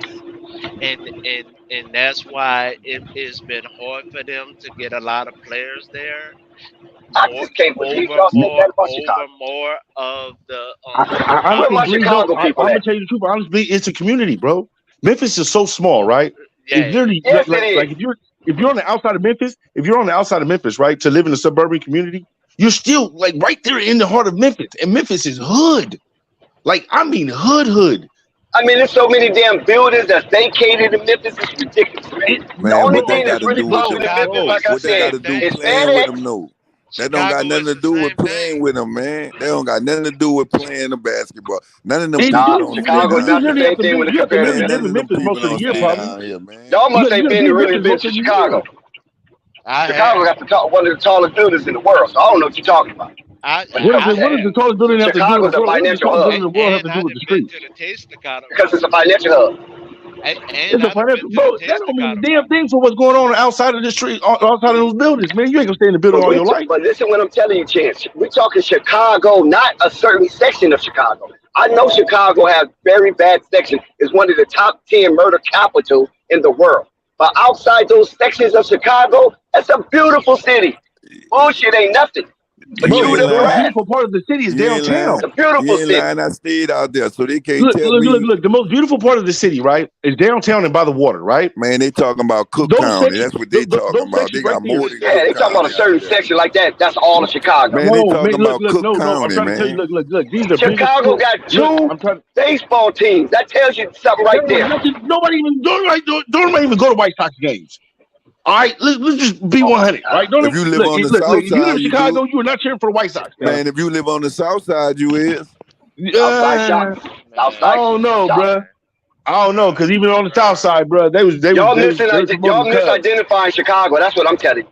No, I'm not. Bro, I lived in Chicago. How am I misidentifying where I live? I don't know when you lived in Chicago. I don't know what year it was. You ain't tripping, Dex. They don't know what they're talking about. I was just in Chicago, and I streamed it on Flight Sports TV. I was in Chicago.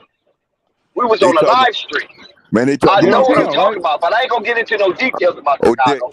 But I know what I'm talking about. Dex, they talking about Cook County. They got DuPage, they got Elmhurst, they got all Elmhurst, all that, bro. I know about all the counties, bro. Man, if you literally look at what's going on out there, they're in all the counties. They ain't going down in DuPage like that. They'll beat the piss out you. They ain't going down like that. You got a whole entire Italian community in Chicago. A whole entire community, little Jewish community. You don't tell me about Chicago and what them niggas is doing down. Big time Polish community in Chicago. I mean, they got all of them there, bro. It was financial help. Bro, look. We already know where the capital of corruption was coming from, bro. All right, we know. All right, so we know why everybody was in Chicago, right? So let's not go to that spot. What we're literally trying to say is, right? Let's get back to the heart of this. Where are you trying to play if you're a player? Are you trying to play Chicago? Are you trying to play Memphis? Or are you trying to play Charlotte? Chicago, Charlotte. It was Charlotte, not Chicago. No, I'm asking. No. Look, listen to me. I'm asking out of those three. If you're a player, you have three places to choose. Are you going to choose Chicago? Are you going to choose Memphis? Or are you going to choose Chicago? I'm taking Chicago over all that shit. I'm gonna be honest with y'all. I'm taking any one of them. That don't mean I gotta stay out there. I'm gonna get the bag and go. What's the difference? No, he said living. No, but he said living. Hold on, but all of this is based off of what Purple was talking about, though. Now we got off of that, though. All of this was based off of what Purple was talking about, where she would not want to play at. And she said she did not want to play in Charlotte. And I'm really trying to get a reason why you don't want to play in Charlotte and why you would rather play in Chicago. I just said, if you was listening, because I did listen to you. I'm from Missouri. It's nothing here. It's dead. I don't want to go live in another dead ass city. Like, no. Man. No. Okay, I try to get the reason for that, Missouri. That's a show me state. I'm picking a show me state. I'm picking Chicago and you. Let me find out you from East St. Louis. No, I'm not from there. Okay, because I've been in St. Louis and I've been in St. Louis. Honestly, moving up to St. Louis, but I don't know. I got to talk. Yeah, but what about St. Charles? St. Charles ain't bad. Listen. I only know about St. Louis. And City. That's the only thing I know about. But I'm saying St. Charles is right there. I found out. I got to talk to some people because I want to move out of Kansas City. Like, seriously. Kansas City ain't no joke. You said Kansas City. Yeah. You in Kansas City, Missouri? Yeah. Oh, okay. You right there by Kansas. Yeah. That's all that steel mills. Right now, you got the steel mills and all that shit over there. The industrial. St. Louis ain't no better though. I thought she was over there by St. Louis ain't no better though. No, St. Louis is horrible. They ain't got nothing going on. But they do have some suburbs. One thing about St. Louis, they have some nice suburbs. That's why I want to go up there. Because, yeah. St. Charles is a good place. Yeah, Lake Charles, but that's probably about the best spot though. But a lot of spots is like that, like little counties like that are just getting limited to like one little spot where you can go that's good now, and that's the bad part. Where there used to be so many. Damn, Purple Baby's in Kansas City. Oh shit! You ever go to the game?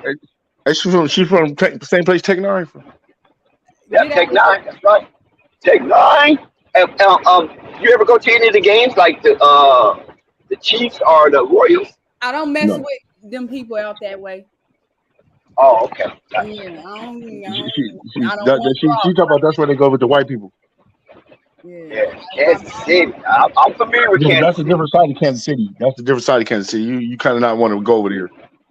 It's kind of weird out there. This state is red for real. Yeah, it's kind of weird out there, man. I'm telling you, KC Mo. Man, that Greyhound boy, that Greyhound KC Mo. Yeah, that Greyhound my dog. God. I look at you different now, babe. I thought you was from the South somewhere. She from KC Mo. Shit, no joke, man. I mean, Missouri is basically the South too. Most people migrated. That's why I say Chicago, Detroit. Oh, that's the South to me too. Detroit can't be the South. That's above. Man, everybody from the South migrated up there. Might as well be the South all over again. Well, shit, California, same thing, then. Oh no! California way different. California way. And all the people from the South migrated to California. No, they didn't all migrate to California. They all went back home because it was too expensive for their ass to live here. I'm talking about when we were kids. Thank you. I ain't talking about right now. When we was kids and before we were born, our people migrated to California. Yeah, my people did too. Yeah, my people did from St. Louis. I mean from Kansas City and from Lake Charles and all the way over there in Missouri. That's where my family from, Pawnee Indians. So yeah, I get it. But what I'm saying though is being raised over here is way different. Huh? You from Idaho?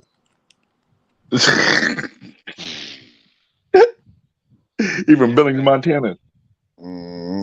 Yeah, you got cut out. See, that's that Billings, Montana. That's that Billings, Montana Wi-Fi right there.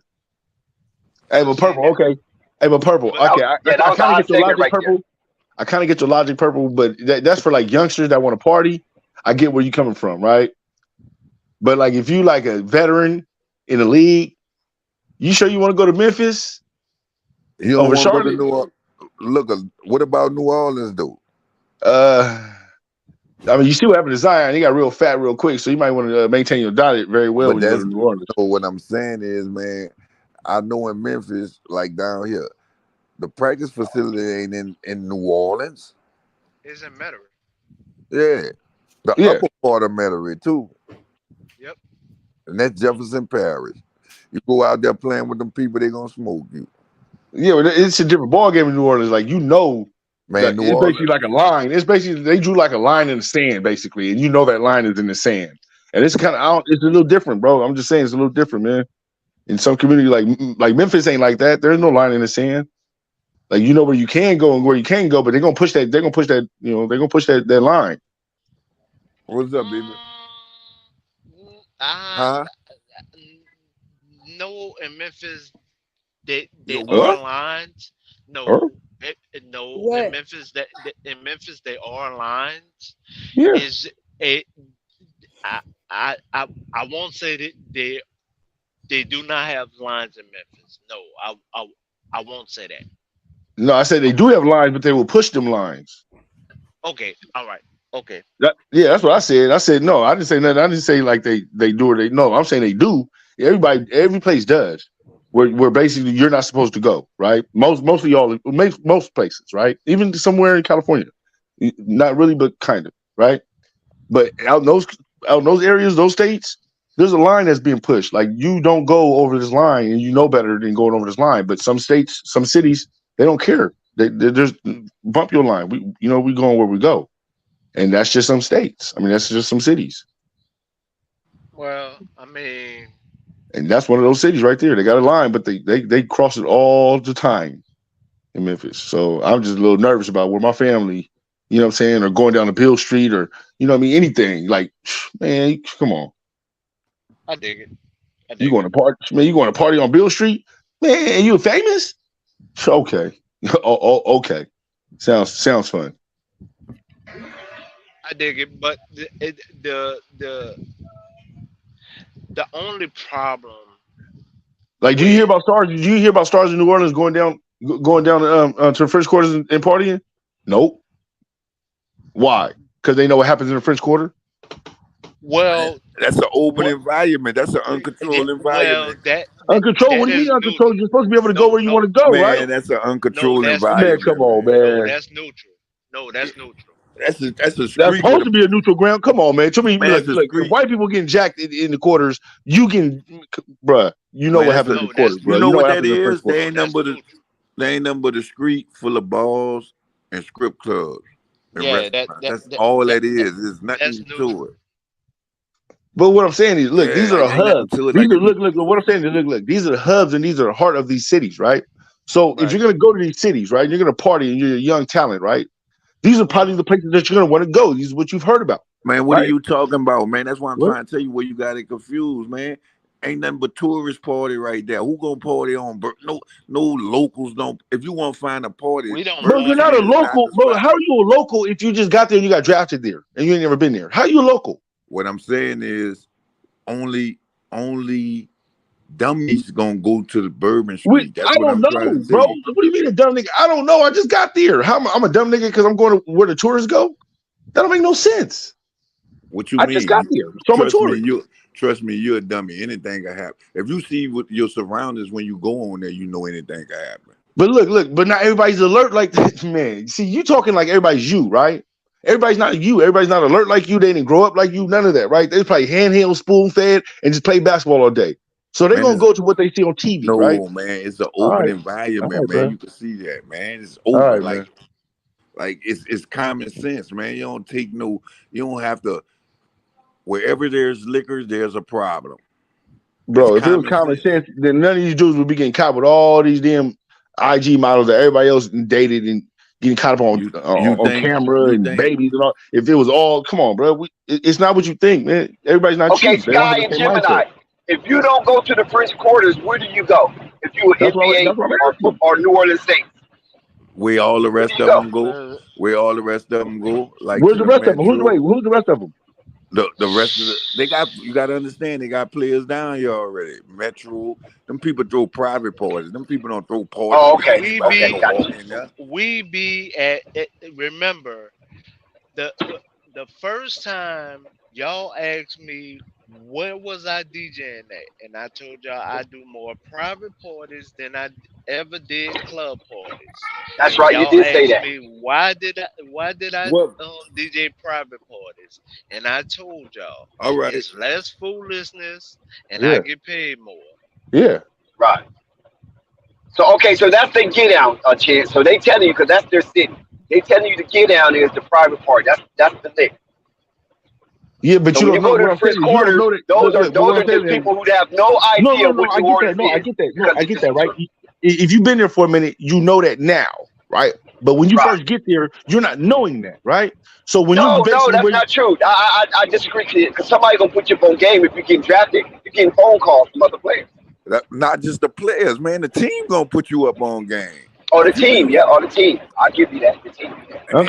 Okay, the team might do so. The team might do so. Team might do so. Man, like y'all be saying like Zion, man, I don't never seen that dude down here a day in my life. Never. Well, I told you when I interviewed. Okay, look, like this. Well, that's cool that New Orleans does that for their players, but not every city does because there's a lot of fools that go out on the night. You know what I'm saying? And they get jacked. So. Okay. Let's get away from that. Let's get back to the basketball. Okay, listen. Gemini, Sky, Chance. I think Purple Baby's still here. How you think that second workout with Scoop and Brandon fare well while Michael Jordan sat on and watched and witnessed? Wait, but did Jordan have a pick? Got the second pick. No, but is Jordan still? Because I thought Jordan. Yeah, he's still active. He's still active. He's gonna do the pick. Excuse me, but I still said the same thing. If he drafts Scoop, he's gonna run a double point guard situation. If he drafts Miller, he's gonna run a double small forward situation. Okay, how tall is Scoop again? He's 6'2". But he plays like he's 6'5". So if you have a guy that's 6'2" that plays like 6'5", and you got a guy that's 6'8" that plays like he's 6'5", why wouldn't you just run whatever you can run now when you have an open league that says there is no position? Because it's not going to work, and history has shown you that. What history though? The most successful one in recent history was Stephen Clay. Damian Lillard or CJ McCollum, which is really people keep comparing Lamelo and what's the name to. Wait, whoa, they don't even have the same game. I didn't say they had the same game. I'm just saying when people said they're not. Scoop is not 6'4", y'all. I'm sorry to cut you off, Purple. Scoop is not 6'4". Scoop is 6'2". No, you said that. No, you said he's 6'2", but he plays like he's 6'5". I'm saying people in the chat are saying that Scoop is 6'4". Scoop is 6'2". But he plays like he's 6'5". Yeah. He plays like he's 6'5". Yeah. So he has like a John Morant. He has like a John Morant kind of, you know what I'm saying? Like, plays bigger than what he is. You know what I mean? You don't know until you see it. So I kind of get, that's what I'm saying. If you got a guy that can play off ball, you got two guys that can play off ball at any time and play on ball, at any moment and run the point. Why not just run it? You can do them. You can go in and out. You can play them at the same time. Like I don't get He it. can't shoot. You can play one with the second team. You can play one with the first. Like you can can't switch that shoot. up. It would never be like because McCullough needs the ball in his hand at all times to like kind of find his groove. He can't shoot. Damian Lillard is the same way. Neither one of these players are the same. But he's an aggressive slasher, though, Scott. Yeah, I'm trying to. So who playing off the ball? You could come. Hey, listen, you could come in the league not being the shooter. That don't mean he's going to stay there. That's what I'm saying. Who gonna play off ball then? We going with Lamelo? They said it's interchangeable. They can do it at any given time. Let me let you know something, right? Really quickly. Listening to Charlotte media, the people that be in the media rooms, they said they expected Scoot. He's going to struggle. We all know that. This is be his first year coming into the NBA, but they expect Scoot to take over the scoring responsibilities and Lamelo to take on a role like not 1B, but the second best player. You know what I mean? And the people don't know what they're talking about. Like, that don't even make no sense. Whoever wrote that article. So basically, like Pippen and Jordan. Yeah. No. That's not the proper combination. So what Rozier No. I'm not saying the combination. I'm talking about I'm talking about what she's trying to say, like a 1 and 1B. Like Pippen could have played the one in somewhere else. Because that's not how Charlotte media views him. The people that's in the press room, they view him as a second to third option. They will put Bridges over him. Bridges over Melo? Yes, because I keep telling y'all, he's taking 20 shots a game. At least 10 to 11 of them are threes. So when y'all keep saying, oh, he shoots 40% from three, y'all are putting him in a box to where the new ownership is not going to max him out. When they can find Terry Rozier, they can keep Terry Rozier around just to shoot threes. And how old is Terry? Okay, how old is Terry Rozier? Terry Rozier is not going to put seats in. Terry Rozier is not going to put seats in. He's 29. Lamelo is 22. Scoot is what? 19. Miles Bridges is 25. PJ Washington, 25. And if you're talking about getting talent over there, you're going to get more. You're going to get more back for 19. Some of those players. You're going to get more back from some of those players than you would get at Terry Rozier. So if you're going to end up getting somebody to come over here and play with the young talent, you're going to want some trade value. You're going to get more trade value with the young bucks that are scoring and look good than you are with the old Terry Rozier. Okay, but here's the easiest thing. Scoot has played with grown men, and the learning curve is not going to be that hard. Where if he was just coming out of college, so same thing for Lamelo. So just like Lamelo did. So it's an easier learning curve overall. So just like Lamelo did, right? He played in a professional setting. He's played behind professional coaches with professional game plans, right? Right. So he knows how to. So he knows how it's going to go, right? Right. And the game where he went against Wembanyama showed a lot. If you really paid attention to that game, he showed tremendous that the learning curve would not be that hard. Okay, but was he shooting? Like, what was he doing? Was he a great passer that game, or was he shooting? Was it all around what? All around, his game was there. Okay. Now, defense, it showed that he would have to step it up on that aspect of it. But as far as offensive, yes, he was maybe at 80%, and he just need offensive 80%, and he just needed to eat the last 20%. But as far as defensive, that would be the learning curve. So I mean, he wasn't missing that much. Okay. So he really did show that if Wembanyama was not in this draft class, that he would have been the number one pick overall. Okay. And in that aspect, I do agree with everybody that he would have been the overall number one pick. if Good you content, Jim. Now you back on your I square. like that. Yep. if y'all look what Thunder said, that's what I'm trying to say. And I don't know why they bought DeJounte there. Read it, a Purple Baby. Read what Thunder He said. said, Thunder just said DeJounte was a ball diamond. He might have forgot player who switched to off ball with Trey, and it was bad. 2 point guards do not work regardless of on or off ball. But neither one of them are a primary point guard, though. That's what I'm trying to say. Like, this is not making any sense to me. Like, we're talking like these are two like primary dominant point guards. LaMelo switched to that. Oh my God! Finish, James. No, it is though. No, hold on, Purple. No, it is though because you understand. You're like LaMelo is that point guard. LaMelo never played point before. He was only point when his brother left. He used to play off the ball. So what would be the problem now? Because and from my information, he loves to play off the ball. In the high school, when he became a part of the team, Zoe was the point guard when it was just Jello and Zoe.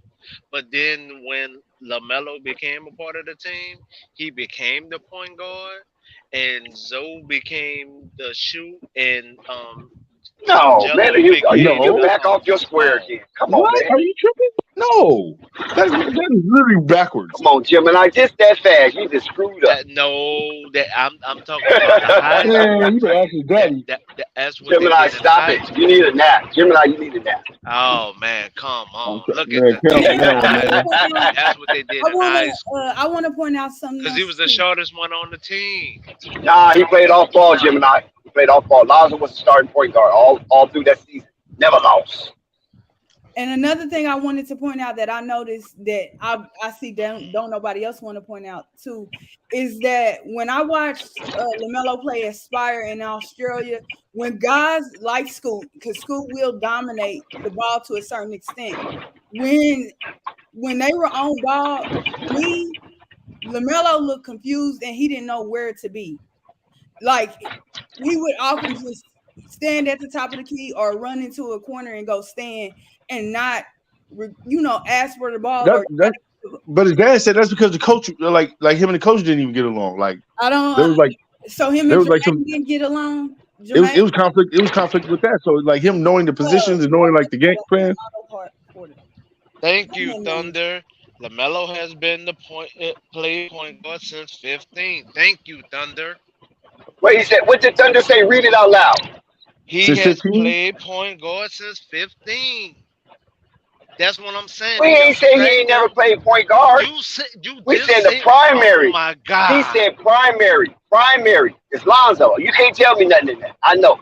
I don't know if Thunder misunderstood what you said, but Lonzo was a primary point guard. LaMelo was a primary 2, and Jello was a primary 3. Okay, that's what I just stated. Never lost. No. That is what I just stated. And you just went against what I just stated. What did you say then, Jimmy?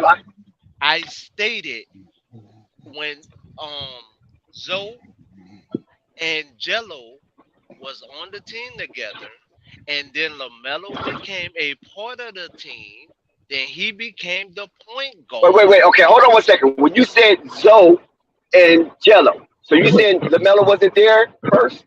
With Joe and Jello? I said LaMelo wasn't a part of the team. Then that's not true. That's what I'm telling you. That's not true. You need to take a nap. They all played together one season. Listen to me. Wasn't a part of the team. No, he always been a part of the team. I thought he was there for since 13. We're not. He's always been a part of the team. We're talking about the high school. Because he got moved up in grade. To play with his brothers at Chino Hills. He got skipped up in grade. The team at first, bro. Why would you argue with me with something that I know? You basically telling me my name ain't Dexter. Telling you that's what you say. That's what you say. You basically telling me my mama didn't name me Dexter. He wasn't a part of the team at first. He was. They played 1 year together only. They only played 1 year together as brothers. But Jello and Melo played 2 years together. Of course, they play too. We're talking about with Lonzo. They know, of course. I know they just. You're not listening. Per their ages, technically, Lonzo and LiAngelo were in high school.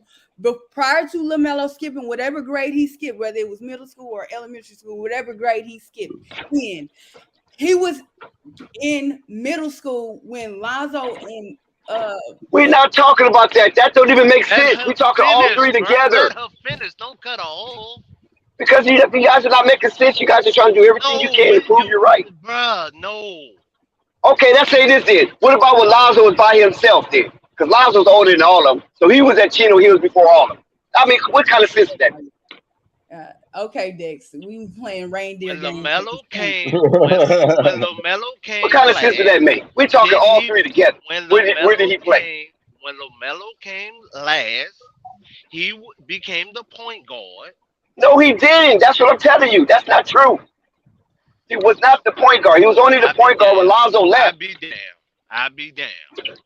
LaMelo became Go look it up. point guard last. Don't argue with me. Go look it up. Google it and find me wrong. You saying I'll challenge you. I'll give you $10 if you find me wrong. The shortest one on the team was playing what? The two. I didn't say small forward. Stop it. Now you confabulate. You're embellishing the situation. He was playing power forward. Oh I know where he was playing. You the one don't know. I know where he was playing. So Dex, can I ask you? Yeah, go ahead. I know he was playing Gemini. Go ahead, Purple. He was playing Gemini on one. Gemini on one right now. While LaMelo Ball was in middle school, he was playing with the high school team. Is what you're telling me? No, we only talking about when they're together. We're not talking about when they wasn't together. Because remember, Alonzo got there first, so he was playing there without Jello. Then when Jello came, they was playing without LaMelo. We ain't talking about the separation. We talking about them playing together. Where was LaMelo? What position did LaMelo play? That's what we're talking about. But that's not what Gemini's point was. We don't care about when Zoe was there by himself. When Zoe and Jello was there. We're not talking about that. We're talking all three ball brothers. Never lost. Where did LaMelo play? I'm saying he played the two. When LaMelo got there, he was the point guard. Black. He was the point guard. If you follow the Ball family, he was a point guard over Zoe, who was all American. And Zoe was all American at point guard. So he's going to move Zoe out the way as a freshman. Zoe moved over. He can move Zoe off his position. Black. He moved over to shooting guard. Black. LaMelo and Jello moved over to small forward. Black. You can prove yourself right, but I already know what their position was. Jello moved over to small forward. Okay, all right, cool. Okay, that's what you believe, cool. I'm not giving that no more energy. I already know who the point guard was. When Lonzo got recruited with UCLA, he got recruited as a point guard, not a number two. Come on, stop it. He was the number one point guard in all of the nation. Number one point guard, not a two. For his little brother. He ain't moved over nothing. LaMelo always played the two because he was always launching. Oh, LaMelo. Never mind. We're gonna leave that alone. Okay. He's telling me my name is not Dexter. That's what he's doing. All right, go ahead. Let's talk more about what's your name. Shout out to No Panic. Let's talk more about the draft workout because we keep getting away from that for some reason. I don't know why everybody's steering the stream somewhere else. Dex, I don't even know why you letting up. I don't even know why you pay him any attention with that. Even with it's actually on YouTube. See, I'm trying to get away from that. No Panic. Listen, the person in the comments said he been playing point guard since 15. So that lets you know that LaMelo ain't stopped playing until maybe at the very least 10th grade. He been with Lonzo in 9th grade. He only played one season. Melo ain't never been the point guard when Lonzo been on the scene. I mean, I don't know. That's why I left it alone. Did he play when he was like 13? I left it alone. I know what his dad told me. This is the whole thing. I had a face-to-face conversation with his dad about the history of his son, and then this guy is going to tell me something different. They said he played point guard out of necessity once he out of necessity. I mean, come on. But We not done even had the that though. man on the Hold stream. I on, had personal wait. conversations But I about think the we're losing. history of his son. But I think we're losing it altogether though, because the ball trained all of them to be basically a point guard / like off guard anyway. So they Listen, can I all don't do know the about same all thing. that. All I'm saying is that Lonzo was a point guard when he was there. No, what I'm saying is Jello could do Head it. honcho. But if you watch Jello could do the same thing. Like Well, he's just a Jello, story. He's just not as slower. well because Jello No, tried it I and Jello know, don't like Dex. it. This is what I'm saying. Dex, that's not what I'm saying. Jello don't What I'm like saying playing is, point guard. According to Jello, no, that's he not don't what I'm like saying. playing. What I'm saying is they can all do everything. They can all play off ball or on ball. It doesn't matter wherever you want to put them. They can play. Is what I'm trying Okay, to say. that's cool. We can deal with that, but don't try to play makeup. We're not making up right now because we know me and Panic is right. All that other stuff, The year they won that's the part. championship, what was What are you their talking about? You was position? agreeing with me, Dex. What are you talking about? No, but you trying The to year make they it won seem the like okay, championship, what did they let's play? give him that. I'm not giving him that. I'm not giving him that. I didn't say I know let's give him LaMelo that. What are played you off talking, ball. Dex? You completely nothing. You completely It's misheard me, bro. on That is not what I said at all. what they play. I'm going by what we said earlier, what we was agreeing about. Hey, Listen to what I said. I said they can all do everything they want to. You don't have to play on the ball or off the ball. They can do it all. So you don't have to put them at I one primary understand that, position. but you're giving him an out. You're giving him an out. I'm not trying to give Gemini an out. Not on this. That's not an out. That's not an out. That's not an out at all. Championship team said That's basically saying that you don't Kumbaya, put my lord. Kumbaya. Oh, Dex, stop it, man. Kumbaya, my lord. You agreeing with me, and then you trying to be right. Kumbaya. Thank you, Thunder. Melo was the point guard for his when you sophomore look at Portland, damn, that wouldn't be the same. We're not talking about sophomore year. Lonzo wasn't there. LaMelo. Well, they had Lonzo a size wasn't. issue in Portland and the support as far as the rest of the team. And CJ McCollum ain't been ball dominant, but them ain't necessarily been a point guard. That's why they ain't work out. When you bring up the Warriors, I don't look at the Warriors. I said that earlier, bro. Like, what are you talking about? Wait, let no Panic get in. Let him breathe. Whenever somebody brings up the excuse of Scoot not working out with Charlotte, they always say it's never worked before. And every time you ask them, okay, give me an example, they bring up Dame and CJ. They bring up the Warriors. Purple Baby brought that up earlier. No, hold on. So when you look at the Warriors don't run a two-guard system like that's their team. Portland, they had a size issue. If you bring Scoot with LaMelo, at the end of the day, what you saying is, okay, so these are two players that going to take us for championships. No, they just drafting a player to bullet team. They still got to build up the rest of the roster. Scoot may be a great starting point guard or off-ball player, whatever you want to play on the team, but this ain't the furthest part. They don't think they draft the Scoot and, okay, they done. Now they got to start adding some veterans, some mid-level veterans, and veteran contracts. You want to draft a 6'2" guy, okay. What's wrong with drafting a 6'2" guy? Hold on, Purple. What's wrong with that? Kyrie like 6'3", 6'4".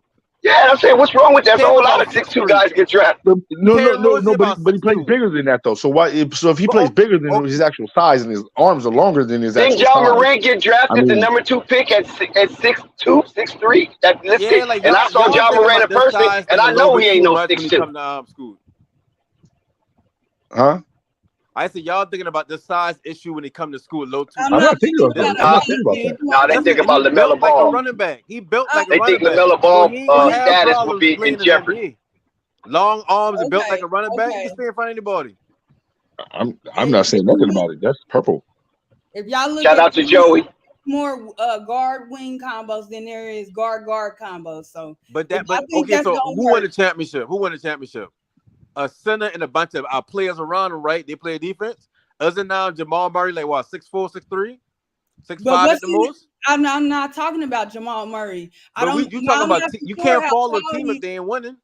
But the reason why, only relevant point to that, do you realize what's the name? Porter is 6'10", and I think Gordon is 6'10". And Miami didn't have the proper size to guard them. I get what you're saying, but what you feeling to realize with Charlotte versus like how we talking about Denver. Denver built their team. They didn't be like, okay, we draft Jokic, then we're gonna draft Murray at some point, and we just need to fill up the rest of the roster. All we have is Adebayo. All we have is Adebayo. Hey guys, hold on. We got a comment by Dre. Donovan Mitchell is 6'1" and dropped 71 points. Dame dropped 71 points. And also, he's 6'1". Both did it this year. But But he's using it as an example. Just because they're 6'1", don't mean they ain't got game. I didn't say they didn't have But no, but they didn't take their teams to no heights or nothing, right? So They've been to the Western Conference Finals. Portland been to the Western Conference Finals. When? Back in 1936? Second, hold on, let me double check that. Yeah, that was so long ago. No, they remember that, bro. They went when they played. They went when they played Kevin Durant. We know. But I'm just saying, though, that was so long ago. Like we don't even remember that. So like that was back in 36, man. That was Prohibition days, man. Come on, we ain't talking about that Dame Dillard. That wasn't even Dame time. He wasn't even Dame time yet. He was Dame Lillard. I'm just saying. I'm trying to get rings. The league is about rings. But like, wait. Somebody just said it. If it's about rings, right? If it's about rings, but right? everybody don't get rings, though. I know. But who can you build around to try to get a ring with, right? Why can't you build around that Scoop and Melo's situation? Because it's not going to work. Look at hey, listen, let me. So Portland have been to the Western Conference Finals in 2019. Right? Somebody got all that static, man. I think that's Deck. No, that's not me. Who digging in the cushion for change? Shut up. All right. Yeah, so all right, the Blazers actually did make the Western Conference Finals in 2019.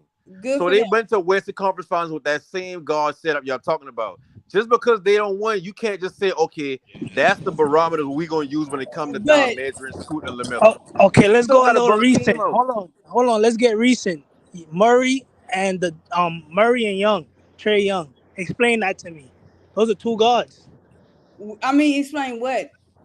They didn't work out. They didn't work out. Like it doesn't work. That shit is easy to stop. What are you talking about? Wait. Are you talking about in Atlanta? You said Trae and Murray? Which Murray you talking about? Trae Young and the DeJounte Murray, that's his name? Yeah, some shit like that. Yeah, but see, but DeJounte Murray's not up there with a Melo. Like, they nobody put him up there with like a Melo. Trae Young is not even. He was an all-star. Trae Young is not so one of them players an all-star. Man, Do you know how many shots this dude takes? Man, look, man, I don't even consider Trae Young up there like that, bro. Like, yeah, I don't even look at DeJounte Murray like he up there. Ain't nobody thought they were gonna be no better than they been last year. Bro, Javonte, look. It's all in the system, right? You should have stayed in pop system if you wanted to be who you was. All right. No, what the Hawks' problem is, they got athletic players, but they can't be as good defensively because Trae Young's a liability. When you look at Trae Young like what, 6'1", 6'2", cool, but he ain't built like Scoot. No, he ain't no 6'1", 6'2". Like when you look at Steph that Curry, dude is literally 5'10". Like, I'm not saying that this is gonna be one of them things where this gonna win a championship. But what I'm saying is when it comes to Charlotte, you gotta still build a roster out. Scooter's not the last draft pick they ever gonna have. They still gotta build through the years. They in the lottery again, bro. You gotta compliment your team. I agree with No Panic on that. You still gotta fill out the roster because you got the number 2 pick. But you have Terry. Hold on. He not being a good starter for them. Hold on. When they start building, Lamelo will not be there. I'm just letting y'all know. Okay, but that's cool. But don't sit there and say that Scoot being 6'2" with a damn near 7-foot wingspan. But it wouldn't be because they trade him, though. They trade him. It'd be because his contract is up, and it's gonna be like that or something like that. But it's not going to be because they trade him again on his contract up. Players don't just leave when they got an extension coming up. They try to stay with their same team for about 6 No. What she's saying is What she's saying is if he has the option, right? If he has a player option, he'll probably utilize that player option, right? No, he don't have a player option. Nah, he just gonna have to force his way out. Yeah, he got to force his way out. Either way it goes. Well, in this league now, LeBron is leaving. So now that LeBron is leaving, this thing is totally about to flip his head on his back. And I guarantee you, players are not going to be. Hold on. I guarantee you, players are not going to be able to just leave. Players are not going to just be able to cry baby and leave. He gonna demand something in return. It doesn't matter. Right? Look. I'm trying to tell you, bro. Look. LeBron's gonna be on his way out. Look, players are not gonna be able to just force their way out and just cry baby and leave like they was before when LeBron was in here, bro. I'm trying to tell you right now, it's not gonna work like that. The owners and the commissioner are not gonna have that no more. They already said it. Because KD already is the crybaby of the league, so don't put LeBron if you're not gonna put KD on top of this. Well, that too. But this is LeBron's league. KD doesn't own players. LeBron owns players, right? KD is the one buying every team right now. Exactly. But it doesn't matter though. KD, no. KD can't literally tell a team. No. I'm trying to help you out. KD can literally fill up a roster and say, "Hey, you go over here, so I can have a better seed and a better time to try to get to the playoffs in this league." He What? did that with the Nets, and he's doing that with the Suns. No, you guys are not getting what I'm saying, bro. Like LeBron literally has. Bro, this is a player's league. Hold on. LeBron literally Gemini has. gets what you said. LeBron literally has liability to move players to where he wants to move players to. You get what I'm saying? KD does not have that. He's doing that now. What are you How did he mean? get out the Nets? You can't compare KD to LeBron when it comes to power. Power player. Y'all not getting how power shit. Y'all not getting power moves in the league, bro. What's your point, though? We talking about Lamelo leaving. What's your point? Like, what are you trying to say? What I'm saying is, now that LeBron is going to be out of the league, right? He's not going to be able to shift players to where he needs them to go, right? To where he can win it better for himself, right? So now that the commissioner and owners know this, they're going to take back control of the league, and they're going to start telling players, you can't just leave and go where you want to go. They're going to try to go back to old Michael Jordan days and Magic Johnson days, where you can't just leave and crybaby your way out of a place because you don't like it there no more. You're going to have to fulfill your contract that you signed. Bro, and that's how it's going to be there. I guarantee these you. players can go overseas, bro. They don't even care. Overseas? Who wants to go overseas? Anybody can go overseas and play right now, bro. If I'm in the NBA, why do I want to go overseas? Well, if you're not trying to help me and I'm helping you, something got to work out, bro. This can't be no NFL shit, bro. That's why the NBA losing right now. What are you talking about right now? The NBA not losing. What do you mean they losing? The salary cap finna come. The salary cap finna go up. I'm lost on what you was talking about, bro. I was literally talking about the owners having more power back like they used to. The players, bro. The players run the league, bro. We don't come to see owners, bro. The players don't run the league though. LeBron does. That's why he pushed. He's the leader of that, though. That's what I'm saying. But he's gonna be gone. So you tell so KD's still gonna be playing probably a couple of KD years. doesn't own, bro. KD doesn't own anybody. He doesn't own any players. He can shuffle the league and move players where he wants them to go. All he can do is for himself. How he got Bills to his team and Harden to his team? How you got Bill and Harden? How did you get Bradley Bill on the Suns? How do you get that move to work out? That shit doesn't make sense. So you saying KD had the power to do that? Hell yeah, he's nice, bro. He's nice. Like players will play with him for it. Plus, he a money bringer. Like he bring money. Like when he came to the Nets, I want to go to every game. People was going to no. He said he went to every game. No. I said I wanted to go to every game, but people were paying for no. It was $1,000 for tickets, and not even at the floor. We're not even at the floor yet. I'm in the middle paying $1,600 for a ticket. Hell no. Okay, that really has nothing to do with what I'm talking about. But I get where you're coming from. I get where you're coming from with Kevin Durant. That's why I didn't put Kevin Durant. Kevin Durant is a pot of gold. That's what he said. Yeah, but we all know Kevin Durant is a pot of gold. That's not what we're saying. We were literally talking about the dynamics of how the NBA is going to shift. Just period. because LeBron is leaving, does that mean that the owner's getting the leverage over the players? Okay. That's right on that. That's your belief. That's the new NBA, and I believe the other side. Go down. The owners want their league back. The inmates is running the asylum. They don't want that no more. They literally come out and said it over and over. Like Adam Silver said it, the owners have said it. Like they're really getting tired of this, and they're tired of this crybabying, and people want to get out of their contracts, so they want to do whatever they want to do, and they're running them up. I didn't say LaMelo wanted to get out of his contract. By the way, I said the owner would move him. I didn't say all that. I don't think Purple Baby. I'm not saying that you saying all that. Purple Baby go. Hold on. Chance. Let Purple Baby breathe. Please explain that. Expound. LaMelo will ever act like James Harden did or Ben Simmons.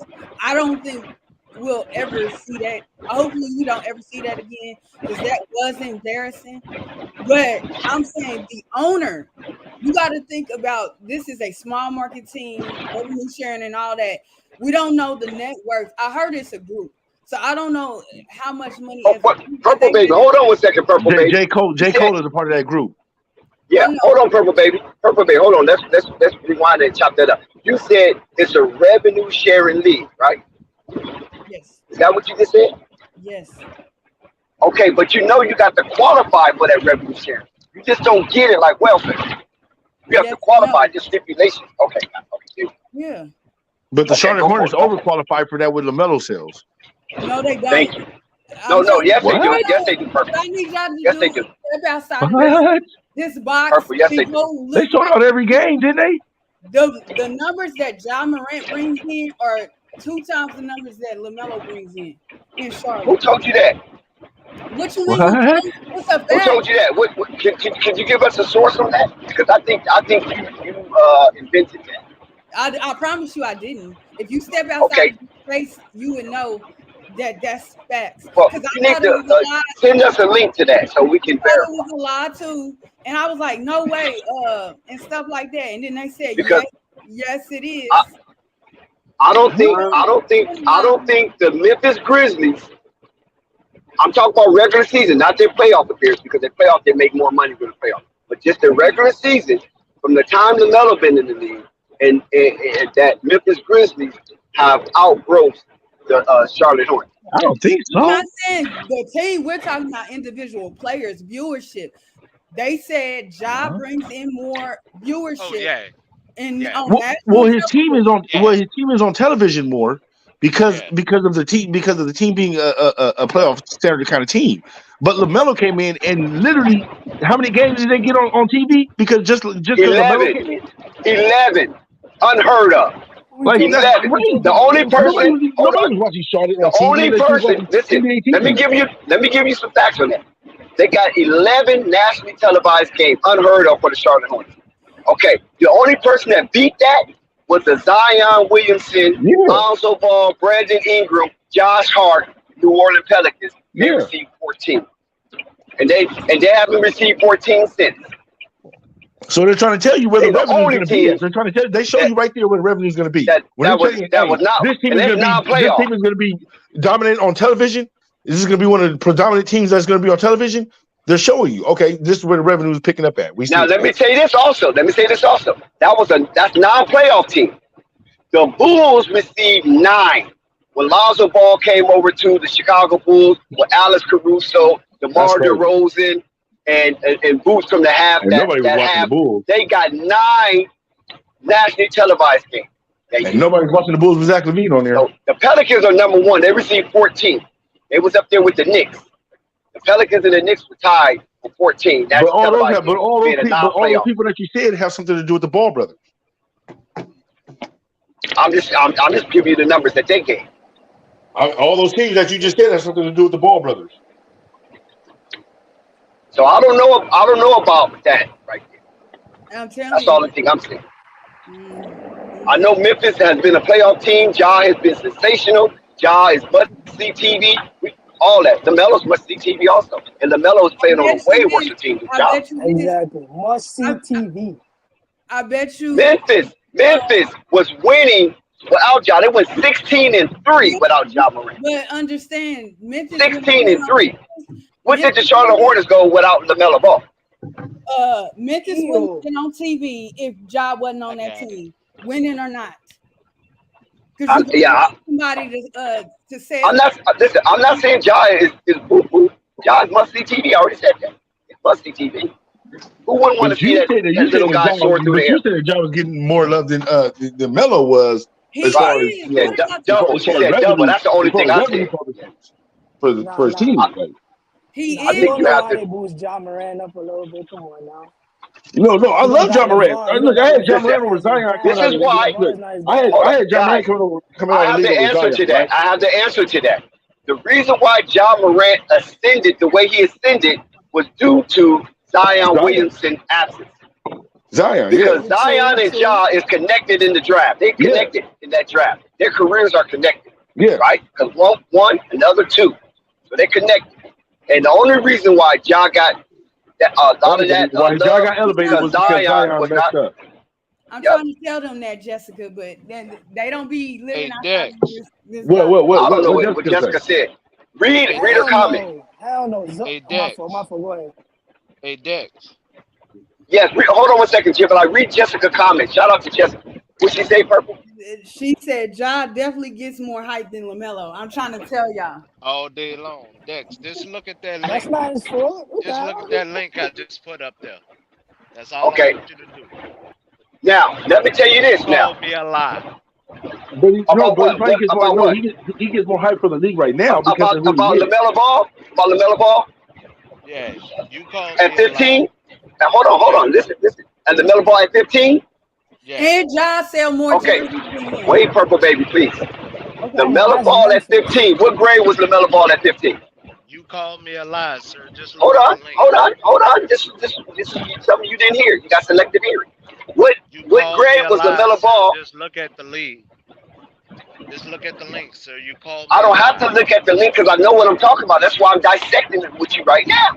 Please look at the What link, grade sir. was You LaMelo called me Ball a at lie. 15? A sophomore. Okay, Called Lonzo me a wasn't lie. there. Look at the link. They only Look at played the when link. LaMelo was a freshman.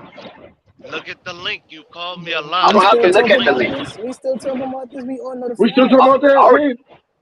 Look at the Anyway, link. LaMelo was a Purple shooting was saying guard something. Y'all before he was interrupted the her PG. and got onto this. Okay, Good go talk, ahead, man. Purple. Go ahead, Purple. No, I was just saying, and Josh sell more. He's higher in jersey rankings than LaMelo. Can I No, say no, no. something? I Let me get say that for right something. now. Yeah, for the league for generating in the league, Somebody right? somebody looked that up because they just put out the jersey sales about Nah, what he 2 is. months ago. He's high. Nah, But he's higher. I'm talking No, about but I'm talking about as far as his team, hold where on, Charlotte hold on, was, guys. right before LaMelo got Listen, there. Go ahead. hold on. Purple Baby said he's higher. Okay, we're not disputing that. We already know LeBron's like number one, but we want to know who. We want to talk about that. So can somebody look up the jersey sales and put the top 10 in the chat somewhere so we can discuss that? I think LaMelo was at 11. Yeah, he's 11.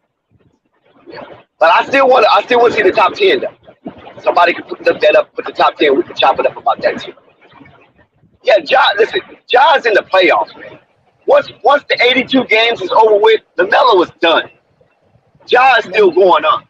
And the playoffs is where people get excited and, everything become crunch time. The betting wagers go up. The games mean something. So, yeah, we understand that part. There's a lot to go with that. Because LaMelo's only playing 82 games or 83 games. LaMelo never played more than 83 games. I was just talking about as far as team. I was talking about as far as team revenue for what they were before he came in and what they are now with LaMelo. Like that, it's astronomical numbers. So as an owner, you're going to literally take that and run with those numbers as your team for your team only.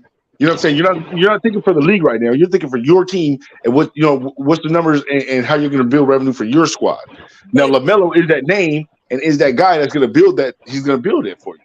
Now, when it comes to the contract signing part, and it's getting a little bit later, and you got like one more year left on his contract, you kind of know that he's not going to want to come back. You kind of know he's going to leave. Yeah, that's probably when you want to trade him, so you can get back some great revenue for him. So you can get back some great people. What year? But big brother, that's pushing the goalpost though. I have the list. Okay, listen, read it off. Hold on, Joey got it. Read it off, Joey. Start from 10 on up, because we know LaMelo is 11. So start from 10 on up. Oh, Joey. Joey? Man, we was talking about something, man. Y'all just interrupted. Joey but Joey had the list. I told him somebody look up the list. Oh. Okay, go ahead until Joey come back here. Basically, the only thing, what you're saying, you're pushing a goalpost, and I understand what y'all are mentioning about the contract. I understand that part. But what y'all are also adding to that, y'all are also pushing the goalpost when y'all are mentioning the contract portion. When y'all are mentioning the contract portion, that's the part where I mentioned about pushing the goalpost. Because how we push the goalpost though? Because then you're adding the part of, they may not want to come back, or the owner may not want to pay them. That's what it comes down to. That's the part about differences of opinion, and that's the part of the differences of opinion, and then that's when it's the pushing of the goalpost. That's my only pushback to that. Because then that's when it's the pushing in of the goalpost, because then that's when you're adding a different aspect to the original topic. No, the original topic is basically it goes on to that. It's an add-on to that. You have to add that on to that. Y'all can hear me? Okay. Yeah, we can hear you, Joey. We can hear you. Damn, you just went out again. Joey must have went under a tunnel or something. But that goes on to the contract goes on to that because that's literally what it comes down to. Period. You're going to keep him there until contract time comes up because you're going to build up all that revenue with his name. Even with him not even all the way already, like he could be hurt half the season, and just his name alone, you're still going to build up all that money there. So I bet you they don't. What? So you don't think his name is still going to bring that revenue? Nope. Okay. So do you think if they bring Scooty in, you think his name is going to bring that revenue? Yep. Especially if Lamelo is not healthy. Huh? Especially if Lamelo is not healthy. Well, I mean, Chicago's still doing it with a hurt Lonzo. I would like to see their numbers. Who, Chicago? Yeah, they TV numbers for their national televised games. Yeah, just go. You have to Google it and do it per year. You know how many games they have nationally televised because of Lonzo? But Lonzo didn't play last year, so how many? But they didn't know that though, so they would base it off of if Lonzo's playing. I thought that projection. Before the season started, that he wasn't. Okay, let me explain it to her. What they do is they project all the games that's on the nationally televised schedule, right? But that's not what you call that shit. It's not etched in stone because based on where the team is at, based on who's available, that will determine viewership. So if somebody's not there, they can remove that game and substitute it with another game. That's kind of what Purple Baby was saying. I watch sports. I'm very aware of that. That's kind of what she was saying. Okay, well that's how I go. Yeah, no. She was kind of saying that. That's why she kind of wants to see what the number was because it would be based off of them already knowing that Lonzo's not playing because he said he's not. So I would like to see that too. Okay, but literally they was looking at the dynamic duo of Bridges and Lamelo together too, and it was actually their contract was based on a combination of the two guys playing together too. Well, we know that. We know that. We're talking about viewership now. We're talking about the viewership of what they like basically what they bring as a whole. As an entity, what do they bring to their team as far as money? Hard to measure that though. That's hard to measure. Y'all can hear me? Yeah. Finally, yes, Joey's in the clear. Damn, not again, Joey. I don't know what you're telling me. Damn, Joey gets into the clear, then he gets out the clear. Is it cloudy in New York? Shit. Well, he'll come back. Yeah. That is hate when somebody. But listen, now, okay, let's go back talking to who you think outshine who in that draft workout. Have anybody read any reports? Have any idea? I don't know. I just know this is the most I've ever seen NBA teams troll prior to the draft. Say that again, Purp. I'm sorry, I missed it. I said this is the most I've ever seen NBA teams troll each other. Leading up as far as what, Purple Baby? As far as what? Just in general, when it comes to players. And I feel like I seen through a lot of the stuff, when I read early on about these players' profiles, and I feel like a lot of people that not GMs, but draft scouts and stuff like that watch these people young men year-round winning one way practically the whole year, confident about these players, and now, especially because of how they came in when they got measured and stuff. Now it's like, oh, well, I'm not sure. And I got this guy sliding all the way down to the second round. Like, it's just so weird this year. Well, they do that for a reason, right? They do that literally to take money out of your pocket. It's literally a way for owners to keep some kind of money back from how much they were really paid. No, but I'll give you an example. The Thompson twins. whoever, I don't know what first team they had worked out for. I forgot the team, but The our Houston and move, Portland. Houston and Portland. yeah, and I'm not gonna say they trashed them because here's my viewpoint. When I looked at their footage and stuff, and I thought they was like really good slashers and stuff to the basket, but people said otherwise. And then when the stuff came out, they can't shoot. Okay, but we all said that all throughout the year that they really can't shoot, and people was questioning because they 19 and they was playing against teenagers. So people was frustrated that they was even ranked to get taken in the lottery per their competition. But now we didn't got closer to the draft, and one of the twins went and worked back out with the Rockets, and they said he had a really good workout, and they were really Portland. No, it was Houston. It was Houston.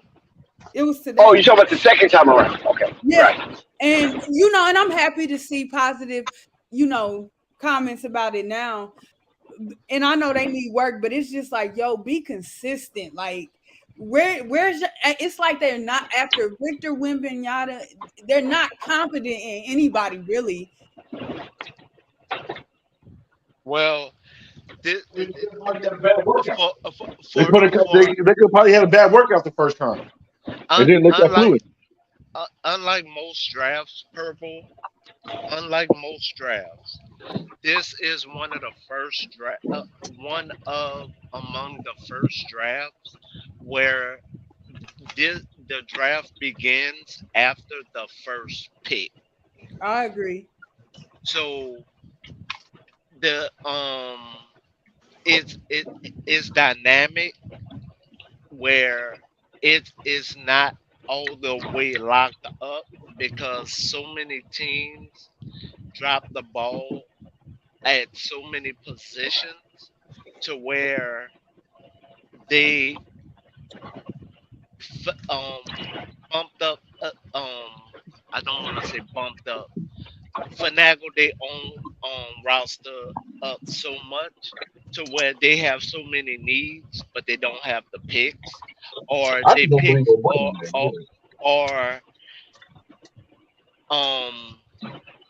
within so many different numbers. They they may have the 12th pick, but then they have the 19th pick. There's only one team that have the 21st and the 22nd pick. So they're the only team that have a pick right behind itself. So, but they're so deep in the draft where it's ridiculous. So that So basically, the draft is full of a bunch of question marks. yeah, I Basically. mean, so how can you fill a roster but still sell it to your fan base? They're looking at the marketing aspect of it and still trying to sell it to their fan base, where everybody else is only have to try to sell one or two picks to their fan base. They have to try to sell it to the whole as a whole. Okay, let's piggyback off that though. Let's piggyback off that. Now, you don't go get Scoot, right? Every other team that has big names on it. Shout out to Rico. Got like 2-3 big names, right? Now you can say Kevin Durant. Oh, Bradley Beal's outshining Kevin Durant's name now, or Kevin Durant's name is outshining Bradley Beal's name. You could do the same difference with Scoot and Lamelo, right? But does it matter at this moment when every team in the league is kind of building themselves up like that? That means you kind of need that kind of Scoot player then, right? So that your fan base can be, it can be up in the air just like all the other fan bases now, like a Chicago, if Lonzo's healthy, things of that nature. So I kind of don't get why you would want to go with like a Jason Bain that has to pick his way up like number 3 draft, and not a guy with everybody that already has that kind of hype around him, ready to go. Miller? You mean No, Miller? I'm talking about Scoot Melo because Purple Baby keeps saying it's not going to work. Miller. Oh yeah, Miller. Miller. Like Miller doesn't build up that fan base like a Scoot does, right? You have all these other teams that have all these. You have all these other teams that got all these big names that build up big fan bases. You got to kind of compete with that if you're Charlotte. So why wouldn't you go to No, Scoot they anyway? don't. They made mad money. You see how much money MJ Oh, for made? LaMelo, no. But what I'm saying, but Melo's name alone is not going to keep it up. Oh, nah, you're bugging, bro. That's the only reason why I Okay, watched the all right, Hornets. That's the all only right. reason why I watched the Hornets. I didn't I even know know the that's the reason Hornets why you watch the played. Hornets, but why is everybody going to watch the Suns now? Why is everybody going to watch all these other teams now? They're going to be built up. To watch them fail. Okay, Joey. Wait. Joey's Regardless if back. you So want, Joey, do okay, you but got the even you then, got the wait, list? hold on. I But got even the then, list. purple, even then, right? You're still watching. That's still viewership. Even if you're going to watch them fail, that's like Mayweather. Most of the people that go to watch Mayweather fights go to watch them fail. But if you think in any way, shape, that's what I'm saying. Outside of this space, the popularity that y'all think LaMelo holds, he doesn't hold like that, and that's a sad reality because it's that's a whole different conversation. Okay, hold on 1 second. So then that goes with what I say here. So if he doesn't hold that kind of popularity, then you need Scoop there, right? To keep that fan base. Go ahead. Chance, don't do that, Chance. Don't do What? that. You can always bring your thoughts up, but we have plenty of time. Okay, listen. Shout out to Flight Sports Team, the machine, the voice of the voices. Shout out to the panel. Shout out to the chat.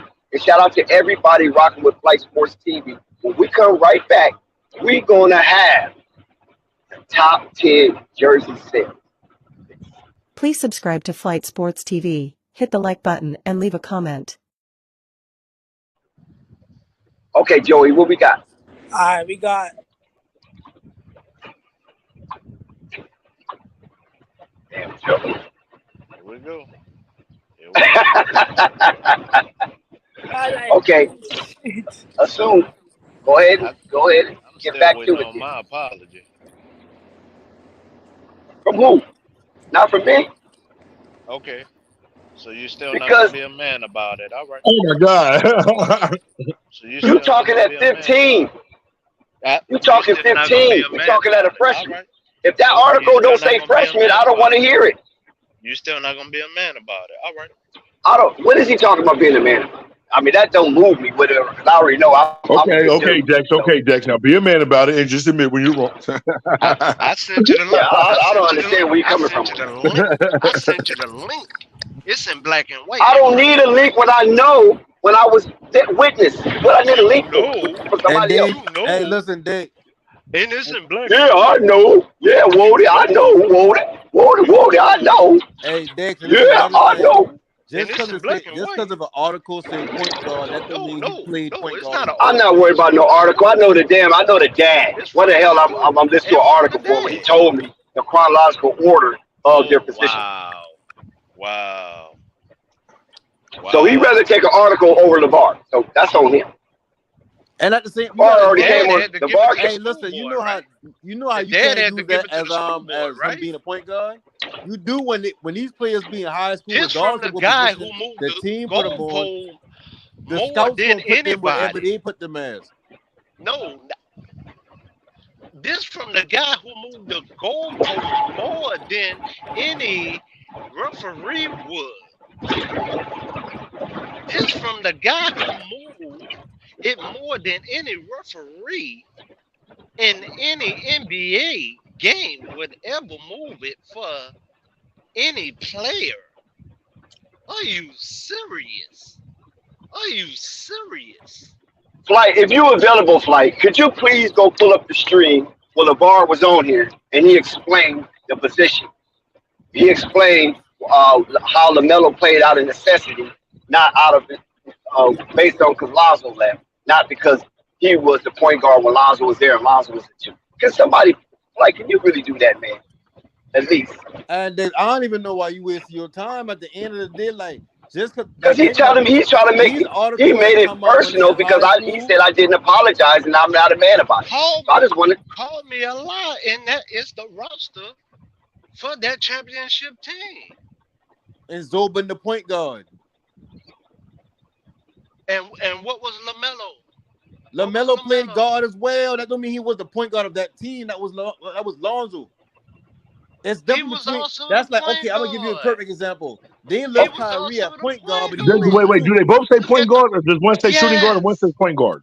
No, both of them say point guard. Okay, then that should All tell you right right. there. So Wait. That should That's tell you right all I there, though. said. Wait. I That's mean, it but works that even should more. tell you though. I don't That get should it. tell you that they really didn't know how to rate Lonzo. I mean, they really didn't know how to rate the little younger brother yet, Lamelo. Yeah, they've been a They didn't know how to different rate him. passes. They do that all the time. I said they both play point guard. That's all I said. No, And but Dex called me a lie. oh, okay. You ain't say both of them played point guard. No, You said exactly. LaMelo been the point guard of that team. LaMelo was the point guard, and Lonzo was a shooting guard. That's exactly what you said. That's why I called you the liar. They ran a double point guard. No, you need to tell the truth. You need to apologize now. But you didn't say that they ran the double point guard position. You said one was a shooter and one was a point guard. You said LaMelo was the point guard. Exactly what he said. He moved over. That's what I said. He moved over for Lonzo ain't moved over nothing. Lonzo ain't moved over nothing. Zoe did move over. No, he did not. No, he was recruited to UCLA as a point guard. He was the number one point guard ranked in his class. So why would he move over and then be the number one point guard ranked in his class? That don't make no sense. Brother, he moved over. He didn't That doesn't make sense. Why would you move over? Wait. Why would you move over if you're about to go to high school? Your brother would move over later. Games, you're gonna see Zoe. You mean college? You mean college? He was going to college. He moved over. No. This was You move over after your brother leaves, not when your brother is there. And that's what happened when he left. On the high school team. No, on the high school team. On the high school team. He moved over for his little brother. Okay. If I'm in my senior year, right, and my little brother's a freshman, why would I then move over to another position for my little brother to come in and take that position? Wouldn't that be the other way ranked number around? one in the nation. And I'm ranked number one in the nation at my That makes position. no sense. That literally makes no sense as a player. Like you wouldn't do that as a player. That makes no sense. Look at what he did. What did he do? He moved They over ranked. for his Gemini, please stop, Gemini. The people ranked LaMelo as a point guard because they didn't know what to put him as. Exactly. That's not Lonzo doing that. That's not Lonzo's dad. When you get That's a writer. scouted out of high school, they scout you for whatever position they feel you are. They feel like LaMelo been a point guard, so a lot of the scouts, you see them on their rankings, you see them on them high. They're gonna say point guard, but they listed that point guard because he's in a different class from Lonzo. And then when he got, then we got taller. But then we got taller than all of them. They didn't really know what to rate him then because they didn't know if he was going to be a forward, a point guard. Like he's gonna be a point guard. They look at Zoe. I'm talking about when he got taller. No, I'm talking about when he got taller. They didn't know what to rate him. They didn't know what the rating is. Let's stick to the core essence of it. The core essence of it when they all played together. That's it. We're not talking about when Lonzo left and LaMelo, played the point for a year and a half before LeBron took him out of high school. We're talking about when they all played together. Who was a point guard? Who was the primary point guard? That's the only thing I'm saying. And it was Lonzo. Hands down. Lonzo. Yeah. Listen, the only The reason why whole he played starting point five guard was Australia the ball. So I don't know where he's looking for apologies from. The whole starting five was ball. Huh?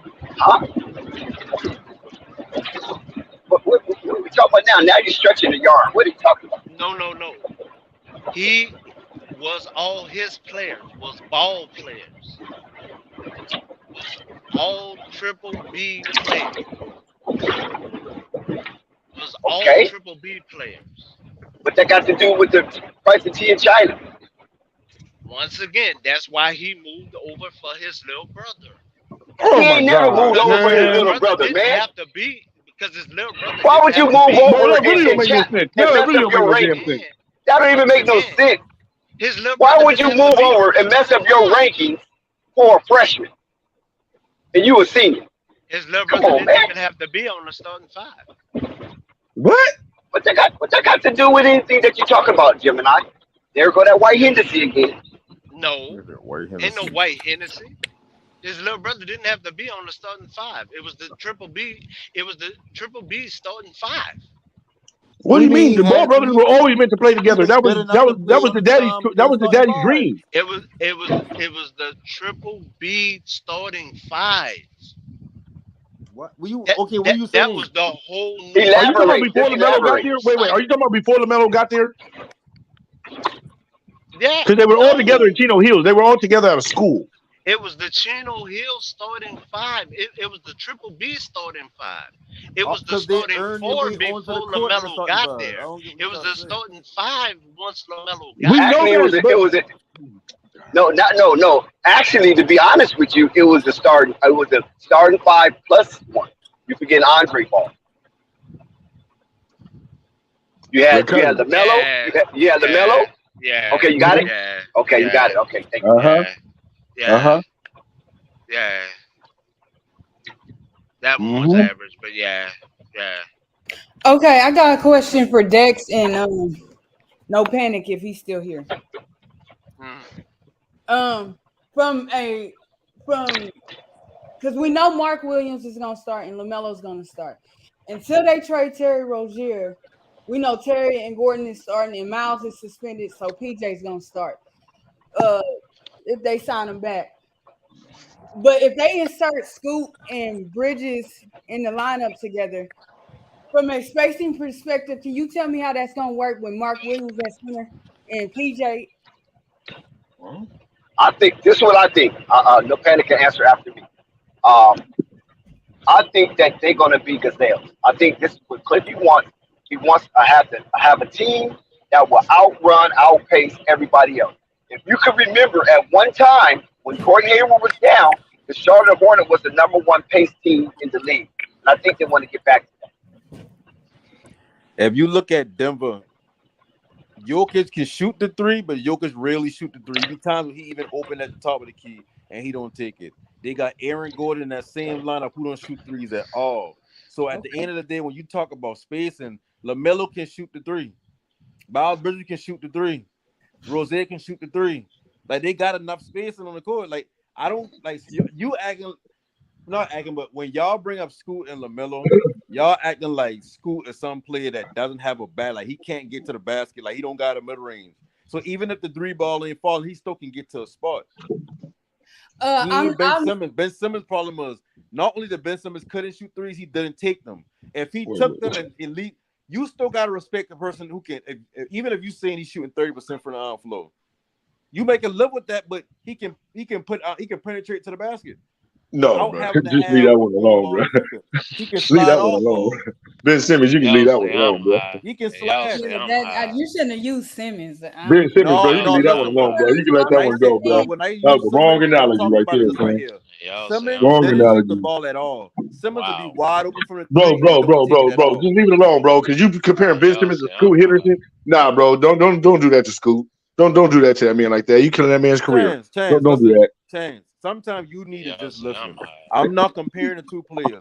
All I said was when people think about Scoot Henderson, y'all talking like they about to play him like they play Ben Simmons. The problem with Ben Simmons is not only does he can't shoot the three ball, he don't even attempt it. Scoot at least shot 30%. He's going to attempt it. He's going to have some type of respect out there from his shot. Ben Simmons and Russell Westbrook was not taking those shots, so they got played off ball like that. That's not who Scoot is. Scoot ain't one of those players where. If I go ahead and finish, Go ahead. No, you can finish. No, I mean, I pretty much about to say this, like the same shit. I mean, Scoot is not that. I don't know what y'all looking at when y'all look at a jumper. Okay, first of all, the reason why I asked y'all about the spacing, if y'all aware, since LaMelo has been there, Charlotte hasn't even been in the top 10. I don't know about the top 20, but in the top 10 as far as 3-point percentage or attempts for the team. So they shoot, since LaMelo's been there, they've shot very poorly from three.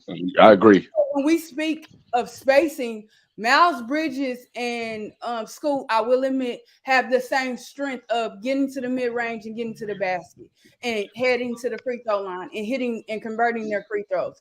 I will admit that. When you say, oh, LaMelo can shoot threes, we know that.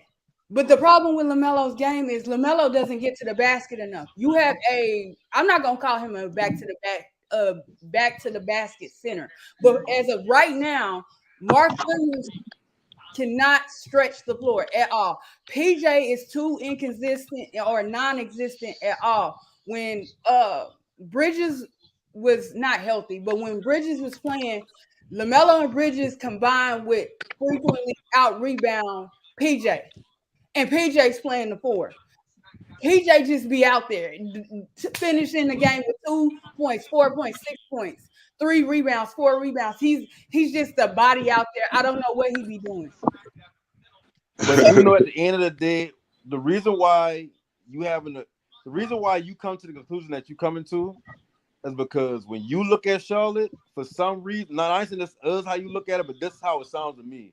It's like you looking at them like we just need 1 or 2 pieces for us to be able to compete. That's not who Charlotte is. Charlotte is not 1 or 2 pieces away. Charlotte need to rebuild they need to gut the roster they got and start collecting talent now. So in the next 4 or 5 years, when Lamelo do become to where he should be at his peak or close to his peak, then you can go out there and say, okay, we got Lamelo at this level, we got Scoot at this level. Who can we add to this team and the roster around him so we can be competing for championships? If like drafting Miller, that's my biggest problem with drafting Miller.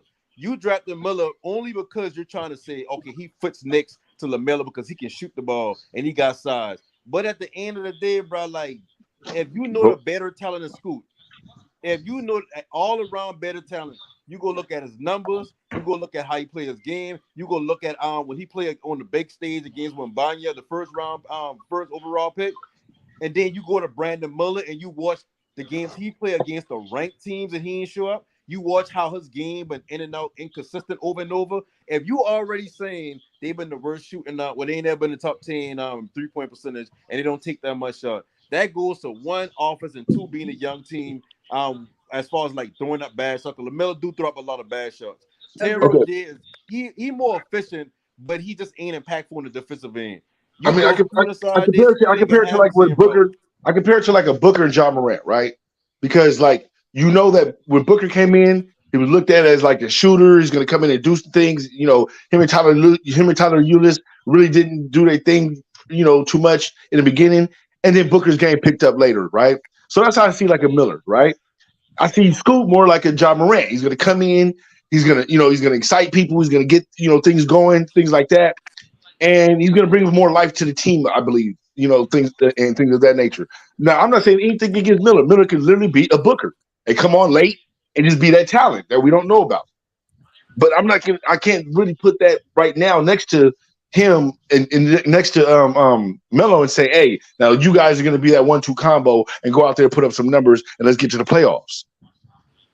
I don't that's see the that. conclusion people putting on them when they still bullying the team. Stop looking at them like they're damn finished product and they just need a piece. No, but if you know, but they are on the verge of going to the playoffs. That's how they're really looked at. See, if I got a team and I'm just on the verge of going in the playoffs, I'm not drafting to be like, okay, we need this one piece so we can go from being on the verge to actually making the playoffs. Now, that's not the only piece. You got to build for the long run. No, that could be a big piece to what you need, right? Because then you can go get veterans, you can go get things like that. You need veterans. But that's the point I'm making. Right? That's the point I'm making. You, whenever your team in the rebuild mode, because nobody on here think that Gordon Hayward and Terry Rozier gonna be there within the next 2 years. So hold on. You're wrong. They're not in a rebuild. Mitch Ben said they're on the playoff hunt. Thank you. He listen. They're not rebuilding. I know that. Wait, hold on. They're not rebuilding. I'm gonna say that again. Hold on, let me respond. They can say whatever the fuck they want to say. Y'all, Pearl Baby, you say this all the time. Charlotte don't know what they're doing. What I'm telling you is the team that they got currently built, if they ask Scoot, they're still not competing for a championship. They're not a threat to go deep in the East. They're not a threat to get up the first round. You still want to look at them like a winning team. So whatever they feel like they're in right now is non-existent. We know y'all in the rebuild. I know you in the rebuild. You don't need to be doing nothing else but rebuilding. But if you keep trying to build on things and they, like, let's say they get in the All-Star break this year, right? And they got a bad record to where they 11th, 10th seed, back and forth or whatnot. Like, you don't think they're going to have a dumpster sale or start selling all this talent that they got? No panic. You're not wrong, though. Point, you going to be in the rebuild? Or You're not wrong, bro. I'm saying that's what they want to do, though. Like, that's what their mindset is right now. Like, you're not wrong. No, I get that. Whoever they draft, like, if they draft Miller, I ain't necessarily got nothing against Miller. My thing is just more so like you don't draft just for like, oh, we gonna get a piece when y'all ain't nowhere near it. Like, look at all the moves that happen in the NBA. None of them involve the Charlotte Hornets. if they didn't have Terry, I would have drafted Scoop. But like they locked up with Terry, and I don't think no one's gonna take Terry. Terry big. He got a perfect contract to trade. Who? Give me a team he can go to. Though. No, like, I can't give you a team, but what I will tell you, a player like that is valued on championship teams. Yeah, and not even that though. You see what Washington just did, so Washington can take that contract. Yeah, like they don't ask Terry to run the offense. They actually go up there and get a bucket. Yeah. You don't think Terry would look good on the Bucks? No. Even there. Player. But he's gonna pay. But that Terry gonna have to take a pay cut to go to the Bucks. Love to have him coming off the bench. Yeah, but he don't have to take a pay cut. No, he can't take a pay cut, and he's not going to get a buyout and duck. Or if you so valuable for that, just keep him.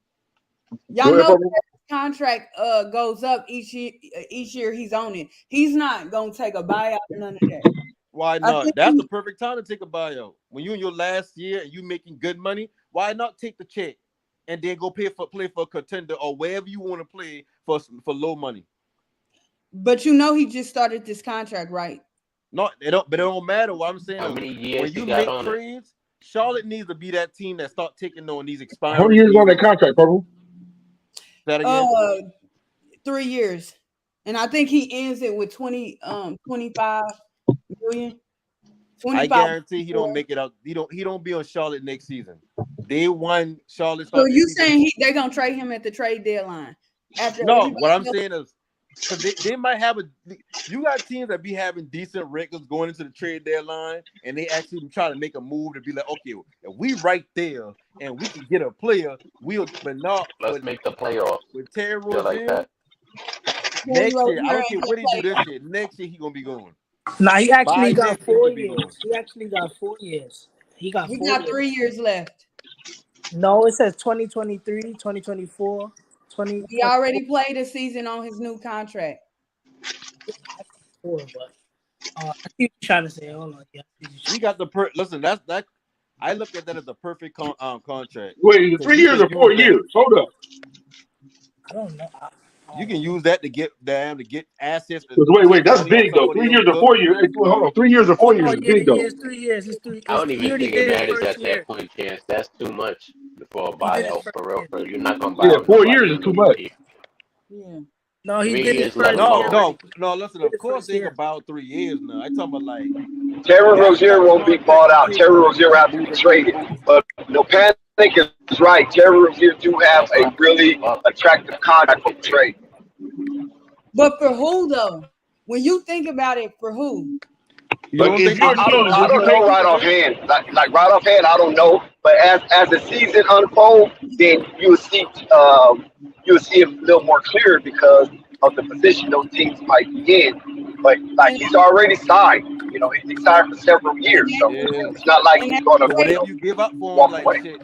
Hey, wait. But one thing we're not talking about though is we don't know who these owners know, right? We don't know what kind of business they've already done with other owners, or if they know other owners. So they might have a relationship to where they can get that deal done. We don't know. Some owners do, and that's how a lot of the deals get done too. No, a lot of it, like Bradley Beal, right? You know that's good content, Chance. You know why Bradley Beal only going for bro? You better quit playing with my name because of that contract. To them, that been a bad contract, so they were willing to move him for damn near the bare minimum, which is Chris Paul and a couple of second round picks. When you you can only move back, bro. You can only move bad contracts if you know somebody, bro. Like you can only move bad contracts if you know somebody, man. No, anybody can be taking on bad contracts. Man, listen, when teams take on bad contracts, it's for their benefit. Yeah, like you can find somebody who just losing and they just want to take on that. Like, why not? But what I'm saying is, if you think about the picks, it look like. But if you think about the trades, most of the trades come from owners that they know each other. They've done deals before. The management have done deals before. Things of that nature. Most of those deals are going to get done first because they already know. No, I know you bring it. That's cool. I just talking about the aspect of having contracts like Terry Rozier. Like you send him to the Heats right now, and knowing that the contract bigger than what he is. Heats don't have to give up much to get him, but you still get something back for a player that you had that wasn't playing for Speaking of the Heat, do you? You ain't giving it. I don't want the Heat. No, don't bring him down here. We good. Y'all need a player like that. Y'all need a player like that coming off the bench. What? Listen, I y'all, said the listen. same thing, but Y'all Chance, can let get me off answer behind this. Duncan Robinson contract with him. They not doing that. Duncan Robinson is 6'7", and you talking about an undersized Terry And Rozier. Duncan Stop it, Robinson bro. don't play down liquor defense. That's why he ain't been on the court. When I mean, but what is Terry Rozier going to do on defense? Thank you. No, but listen. Before you say anything, listen to this. Would you rather have a Duncan Robinson whose 3-point percentage disappear completely? Now he's unusable for his money, or have a Terry Rozier who don't play defense, but you know you getting buckets. They got Tyler Hero to give him buckets. Tyler Hero. Wait, hold on. But if Duncan was giving you buckets, but if Duncan was giving you buckets when you needed him to give you buckets, then what's the problem now? You said but when has he done that? When has he done that? He was doing it in the playoffs when we needed him, when Jimmy wasn't getting buckets. Okay, so what happened when there was no Tyler Hero? He was getting buckets. What happened in the finals? Where was he in the finals? What did he do? Bro, he a couple of games he had buckets. Okay, I mean, what do you want? Hold on, bro. Stop, because then we're gonna go through a whole narrative of how the game went, bro. He got buckets, bro. All right. The thing is, what is Terry? You throw that around like that's some bullshit ass thing to do is get buckets. That man was getting buckets sparingly. He wasn't getting that shit consistently. I just said that, man. Damn, Here we go. Damn. First session of the night. You're talking like Terry Rozier is a starting point guard. You're talking like Terry Rozier is a starting point guard, right? That's gonna get you just buckets all day, every day. Bro, do you hear yourself? Right now? They can't even afford Terry Rozier. They can't afford nothing. Bro, who got the music going? What's that? Bro, what you mean? What's that? You guys are going nuts. And you talking about what's that? I'm talking about the music. Yeah. Ain't nobody see Duncan Robinson since that fucking 2021. Trauma session. Calm down. Huh? But you mean to tell me that's a more viable option? And mind you, he's 6'7", yeah, but don't do a damn thing on defense. He actually a liability. Bro, you're talking about a liability when Terry Rozier is already a liability. But Terry Rozier has proven he can give you a season worth of 20 points. Okay, wait. So Terry Rozier is a better liability. So Terry Rozier is a better liability than Duncan Robinson's liability. Say that again. Gemini say they don't need Terry Rozier in Miami. We don't. That's what I'm fighting for here. He's trying to say that. Wait, hold on. He's trying to say that Terry Rozier's liability is a less reliability than Duncan Robinson's liability. Like, if they're both unreliable at defense, then what? Like, I'm going to trade unreliable person for another unreliable person. What? Duncan Robinson is what you call a 3-point specialist, not a 3-and-D, a 3-point specialist. When you look at Terry Rozier, he's a scorer. A scorer sometimes. He's a sometimes scorer. Or a scorer. He's a sometimes scorer. No, he look at his numbers. He's not one of those players that just getting off a bunch of shots, averaging 20 points on fucking 37% shooting on those shit. All I would say is a bucket. He been getting buckets. That's his job. To me, he's a sixth man that's starting right now. That's the problem with Hornets.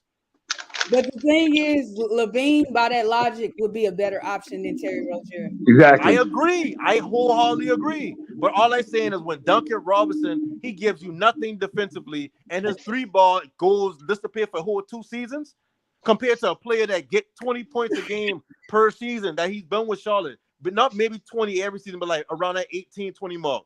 I would rather have that on the Heat coming off the bench than to have fucking Duncan Robinson give me a couple of buckets in the playoffs. Come on now, like this. If that's the case, Gabe Vincent need a damn $100 million contract next season. I need Caleb Martin to get 120. Come on, man. They show it up, cool, but that don't make them. Come on, like you gotta look at the players in the NBA. Okay, so they showed up, but because they showed up, I'm not supposed to reward that. I'm not saying you're not supposed to reward it, but at the end of the day, do you want someone who consistently gives you 20, or do you want somebody that at the end of the day they go? So I'm going to trade 3 players. So I'm going to trade 3 players that could probably do something for me for one player that maybe, possibly might be a good scorer coming off the bench sometime. You said 3 players. We talking about 3 players. Because you're going to have to give up some players to get Terry Rozier. Terry Rozier already on an extended contract, right? So at this point, the Hornets, they're trying to get Terry Rozier off because they want some sort of assets or they want to free up money. So you bring Duncan Robinson, who probably going into the last season on that contract. You bring him in, let him win the team. When he got his contract up, you got extra money in the books. I think Duncan Robinson had like 2 years left on contract. They get a player they can insert whatever they want to insert him in. But I think Duncan Robinson had like 2 years left on that big contract that he got from Miami. I mean, shit, I don't know how much he got left on it. All I'm saying is, I would rather have a Terry Rozier coming off my bench than to have a Duncan Robinson. Because we saw what Duncan Robinson and this team did. Okay, but if you're doing a one-on-one trade, if you're doing a one-on-one trade, that's different, bro. But that's not really what's going to be reality for us. All I'm saying, and I'm not even saying trade them one-on-one. What I'm saying is, I would rather have a Terry Rozier. Somebody said what the Heat. No, I think Gemini said the Heat don't need him. And before that, I'd rather have three. I'd rather have three players. I'd rather have three players coming off my bench than just one Terry Rozier. I know that. But who says them in three players? You don't have to trade that much for Terry Rozier. You will. You gotta give up something because he getting paid. You will, man. No, you don't have to. You know why? Because when you look at Terry Rozier, right, he hasn't played up this contract. But at the same time, that contract is holding his value down because he's on the contract. But when another team wants a player that can have impact, they can bring in a player like Rozier and don't have to worry about. You just said he hasn't been playing up to his contract, but now you're saying he can play up to his contract. I'm lost. When I look at Terry Rozier and I look at his contract, his play, as far as his impact on winning in Charlotte, doesn't add up to the value of the contract. So then why would it add up anywhere else? You gotta let me finish. If you put him on Miami Heat with that contract and you ask him to do one thing, don't worry about nothing, Terry. Just come in the game and get buckets. And that's all he gotta focus on because he's not impacting the game to where it's okay. Do you know what Miami's culture is built on? Defense, bro. We're built on defense, bro. What you about to say? Hold on. Even in K. Vincent, he plays defense, bro. How about Duncan Robinson? Hold on. Even old man, what you call it? That came from Toronto. But what about Duncan Robinson? He plays defense, bro. Even Duncan Robinson, bro. We still had to try to teach Duncan Robinson defense. Wow. All in all, that is our culture down there in Miami. Okay, how does Terry Rozier fit that? Why y'all trying to get Dame? What? Who's trying to get Dame? Why y'all trying to get Dame? We're not trying to get Dame. That's the media telling you that. No, Dame said he got two teams he want to go to. Bro, that's Dame saying where he wants to go. That's not us telling you. Hold on, oh my God, guys, bro, you're not thinking, bro. That is somebody else telling you where he wants to go. That is not Miami telling you that we want to. Let me ask you this. Who the Heat's going to bring in for next year? Did you hear? Let me ask you this. Did you hear what the Miami Heat said they wanted Dame Lillard? Yeah. No, you didn't. Stop, bro. You're lying, bro. You're lying, bro. Okay, you have not seen that at all coming out. Nowhere, Miami Herald. Okay, look, hold on. Bro, y'all been the 9th or 10th seed coming into the playoffs, right? You think y'all can do this again next year? Bro, that doesn't answer my question, bro. Bro, you said, bro, that doesn't answer my question. Whenever you get a chance, Gemini, I need you to come to explain what you put into the chat. Whenever you get a chance, Gemini. Do you think the Heat can get back to the finals with the same roster? Bro, you literally that's what we're talking about moving the goalposts. You literally just you avoided my question. You avoided my question, bro. No, you avoided my question, bro. I'm not even gonna do that with you. I'm not gonna do that with you again, bro. You avoided my whole question, bro. You avoided my whole question. I'm good, bro. I'm good. Go ahead, man. Well, okay, cool. So what I'm trying to say is, if you went to the finals last year, you overachieved to get there, and you just ain't had enough to beat Denver, and you let them Celtics come back from 3-0, you're looking for somebody to have impact. The names that the Heat are connected to was Dame, Bradley Beal, and who were the other players? And Kyrie. I don't believe the Kyrie one, but I do believe they had interest in Dame or got interest in Dame and Bradley Beal. That's a fact.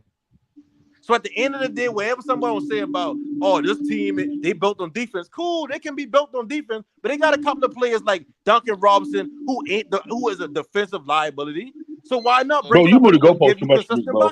And you should be talking around yourself sometimes. But honestly, No Panic do have a point, though. No Panic do have a point, though, right? Oh, no, Dave, I know I got a point. He don't want to agree. Bro, you know how long it took him to get to that point? Do you know how long it took him to get that point, Dad? Now is how long it took me to get the point. He talked around the original point. I said that they need offense off the bench. Go ahead, man. Huh? Yeah, DJ. Hold on a second. DJ put some in chat. Now, what's the situation with Patrick Williams and Dalen Terry, DJ? Said what?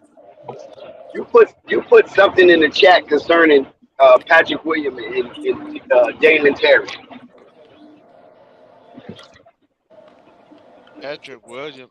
No, he's talking about Pat Riley and Terry Rozier. Oh, he said Pat Riley. Oh, okay. My bad. I'm sorry. I thought you was on some Bulls content. Okay, my bad. He was talking about Pat Riley and Terry Rozier. Okay, gotcha. No, when he was talking about Terry Rozier need to come to Miami, and that doesn't even compute. So, Well, who said that? man, bruh, the Mr. Goalpost pusher, and then gonna change the subject. So Yep. I'm not even getting into Yep. it. No, but no, let me ask you, who said I'm he gonna need to leave it go to the Heat? alone. That's exactly what we're gonna do.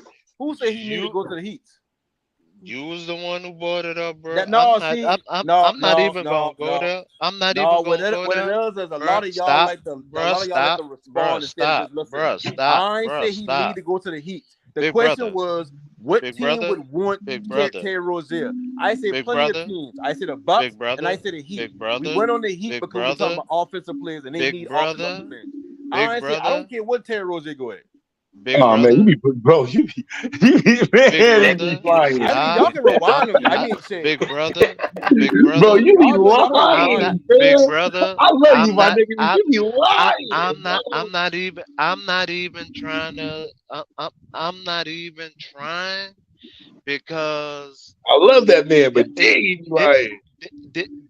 this is the most acidine type of situation because I just enjoy how y'all take the smallest points out of a subject and take what y'all want to out of it, push the goalposts, and then try to make it seem like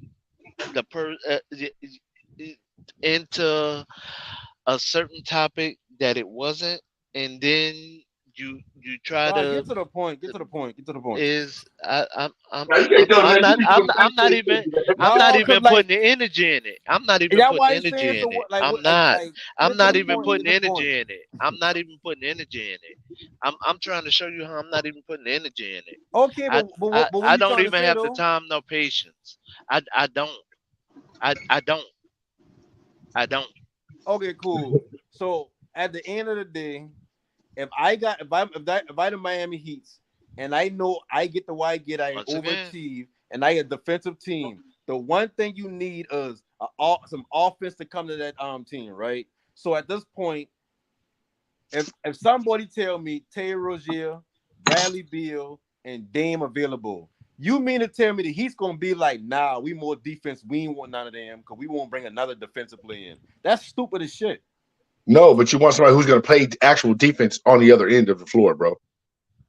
You want somebody who's going to give an effort, bro. Listen. Terry Rozier does not. Hold on, Terry Rozier. When you mention Terry Rozier's name, a defensive savvy kind of player does not come up. A scorer, a nonstop scorer coming off the bench is not what you bring up, bro. Like, stop, bro. You're tripping.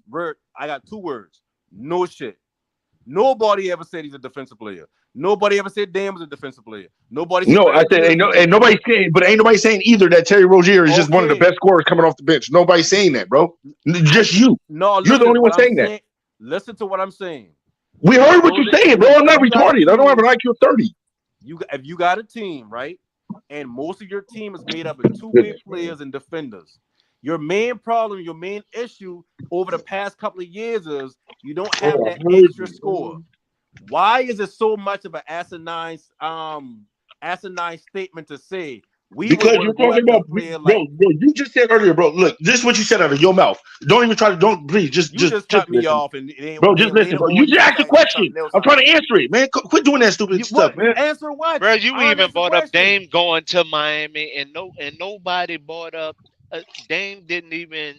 The Miami Heat didn't even bring up Dame coming to Miami. But then he lied and said yes, they did. But then he lied and said yes, Miami did. Come on, right? Bro. Come on, bro. Like, stop, bro. Hold on. So there was no reports of Miami did not bring up Dame coming to Miami. Miami. That Dame Dillard wanted to go to Miami. Not Miami wanted Dame Dillard. Listen.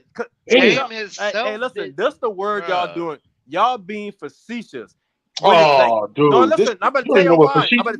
Using it right. When y'all bring up LeBron earlier about him being the GM, we ain't got no. God. LeBron didn't say out his mouth that he better than not say nobody. Y'all going off reports. But now that the reports say that Dame Lillard was a target, now that the reports say Kyrie was a target, and the Miami reports didn't saying that target Bradley Dame. Beal been a target, Miami did that not don't target matter Dame. because Miami Miami did not target That Dame. sounds stupid as hell. Miami did not target Dame. Miami Bro, did they're not target targeting him as Dame. we speak. What are you talking about? Miami did not target Dame because it Bruh, would have came out of Pat what? Riley mouth. Let me ask you a question. What It can would I have do? came out of Pat What can I say Riley or mouth. do? What can I say or do to prove to you It that it would was have came out reports of that Pat the Miami Heat Riley's going after mouth. all of them? Did it come out of Pat Riley mouth? But did it come out of LeBron or Palinka mouth or any other mouth that was somebody? Did it come out Did of it come out Pat of KD Riley mouth mouth? that he had one Bro, of he asked you a specific question, bro. Why don't you answer the question, bro? Answer the question. Did it come out of Pat I'm Riley's answering the mouth? question by asking the question. Bro, you don't answer the question by asking a question, bro. That's the dumbest thing, bro. That is the dumbest thing I've ever heard, bro. Culture is different. He said I'm answering your question by asking a question. Let me for no. years. Because at the end of the day, you asked me a Miami question. culture Bro, is that's I'm fine. different, telling and you, it has Miami been Fair, different for fair years. to no panic, guys. To get him. Guys, fair to no panic. You know that Pat Riley can't say that out of his mouth. That'd be terrible. No, don't talk to him, Dex. Dex, don't do that, Dex. Don't do that, Dex. Don't come in here and try to captain save nobody. Don't do that, Dex. You don't do that for Chance. All right, my bad. Don't do that. You don't do that for Chance. Let me get a little Don't do back that for him. out of here. Let me back out. Don't come in here and I don't captain want save y'all coming nobody. from my head. Okay, I'm backing out. Okay. Yeah. And you wonder why I just backed out? Because Miami culture is different. Pat Riley has a different culture, and he's And handled Miami it will like the consistently have to Godfather for overachieve to years. get to the finals. That's what you want for Miami? Bro, you want so you want Miami to have a Terry Rozier? Is that what you want from Miami? If I know my team is defensively Do built, you want Miami to have a need Terry Rozier? Yes or no? help, Do you want? I'm asking one question, bro. Bro, why are you still talking, bro? I'm asking you one question, plain and simple. Do you want Miami to have a Terry Rozier? Bro, you don't have to ask me if I'm gonna get Terry Rozier when I spent my whole argument saying a player like him would help Miami. You asked But me you just said earlier. But you just said earlier that he's not. But hold on, you just said earlier he hasn't been consistent. You just said earlier he hasn't been consistent. That's my entire point. You just said earlier he hasn't been consistent. So why would you have him on your team? When I say he ain't been consistent, you just said he wasn't consistent on his contract. I say Duncan Robinson hasn't been consistent. No, you said Terry Rozier has not been consistent on his contract. You can rewind it, bro. You are lying, bro. You are a liar, bro. You literally said that Terry Rozier has not been consistent on his contract with Charlotte. I try to stay out. You said that, bro. You literally said that out your mouth. Nobody said nothing. Chance, I want you to go find a video of me saying that. Go right bro, now. You said Terry Rozier has not been consistent on his contract. No, You go do it right now. You did say that. You did say that. I'm done, bro. Listen, Terry I Rozier said has not played up twice, bro. his contract. But that's in not being Charlotte. inconsistent. Oh what? My God. Right. If a player's not playing, okay, that's like me saying this player was in for the field. He averages 17 points a game, but we paying him a max contract. He's not being inconsistent. He's just saying playing up to the contract, right? So you're gonna take him on your team? Okay, wait. So you're not playing with that big contract? Are you gonna take him on your team? Who, Terry Rozier? Yeah. If I'm the Miami Heat, yes, I will. What the fuck is wrong with you? I keep saying the same thing. You just said he hasn't been playing on a good contract. Okay, so you're gonna take him. Okay, that's your dumb decision, not mine. See, and y'all trying to say somebody moving the goalpost. You just said a lie and said I say Terry Rozier that he's inconsistent, which I didn't say. You said he has not been. You said he has not been sometimes you gotta listen. On his contract. I'm gonna repeat exactly what I say. I'm gonna repeat exactly what I say slowly for you. What I said was Miami Heat, they're a defensive team, yes. But when you bring up Terry Rozier not working out because he don't play defense, Duncan Robinson don't play defense. And he disappeared on offense for about 2 years for what he do bring, which is the three-point ball. Terry Rozier, he may not be playing up to his contract, but he's still giving you 18, 20 points per game. He's more consistent. He's giving me almost 20 points for a season compared to somebody who's inconsistent, who ain't had the three balls. That's not what you said, bro. That's not what you said, bro. You're literally adding on to what you said now. No, you're adding on to it after you got listen, all right, you bro. can go look it up. You can go look it up. No, I ain't gotta look it up, bro. I know what you overheard. No. When you look it up, you're gonna be like, damn, I nigga right. He's going to say that. I guarantee you it. Okay.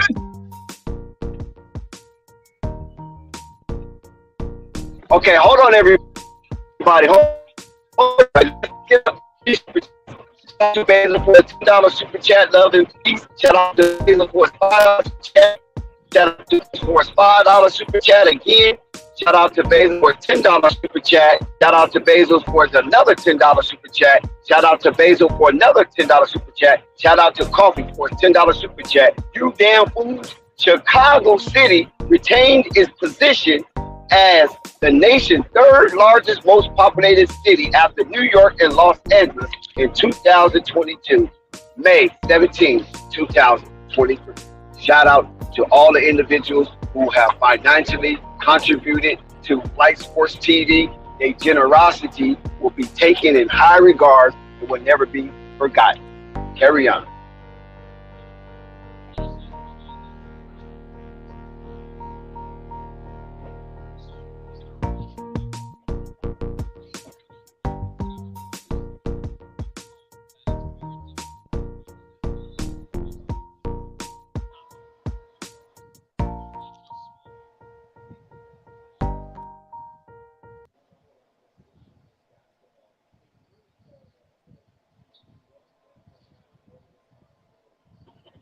Shout out to Spike Lee.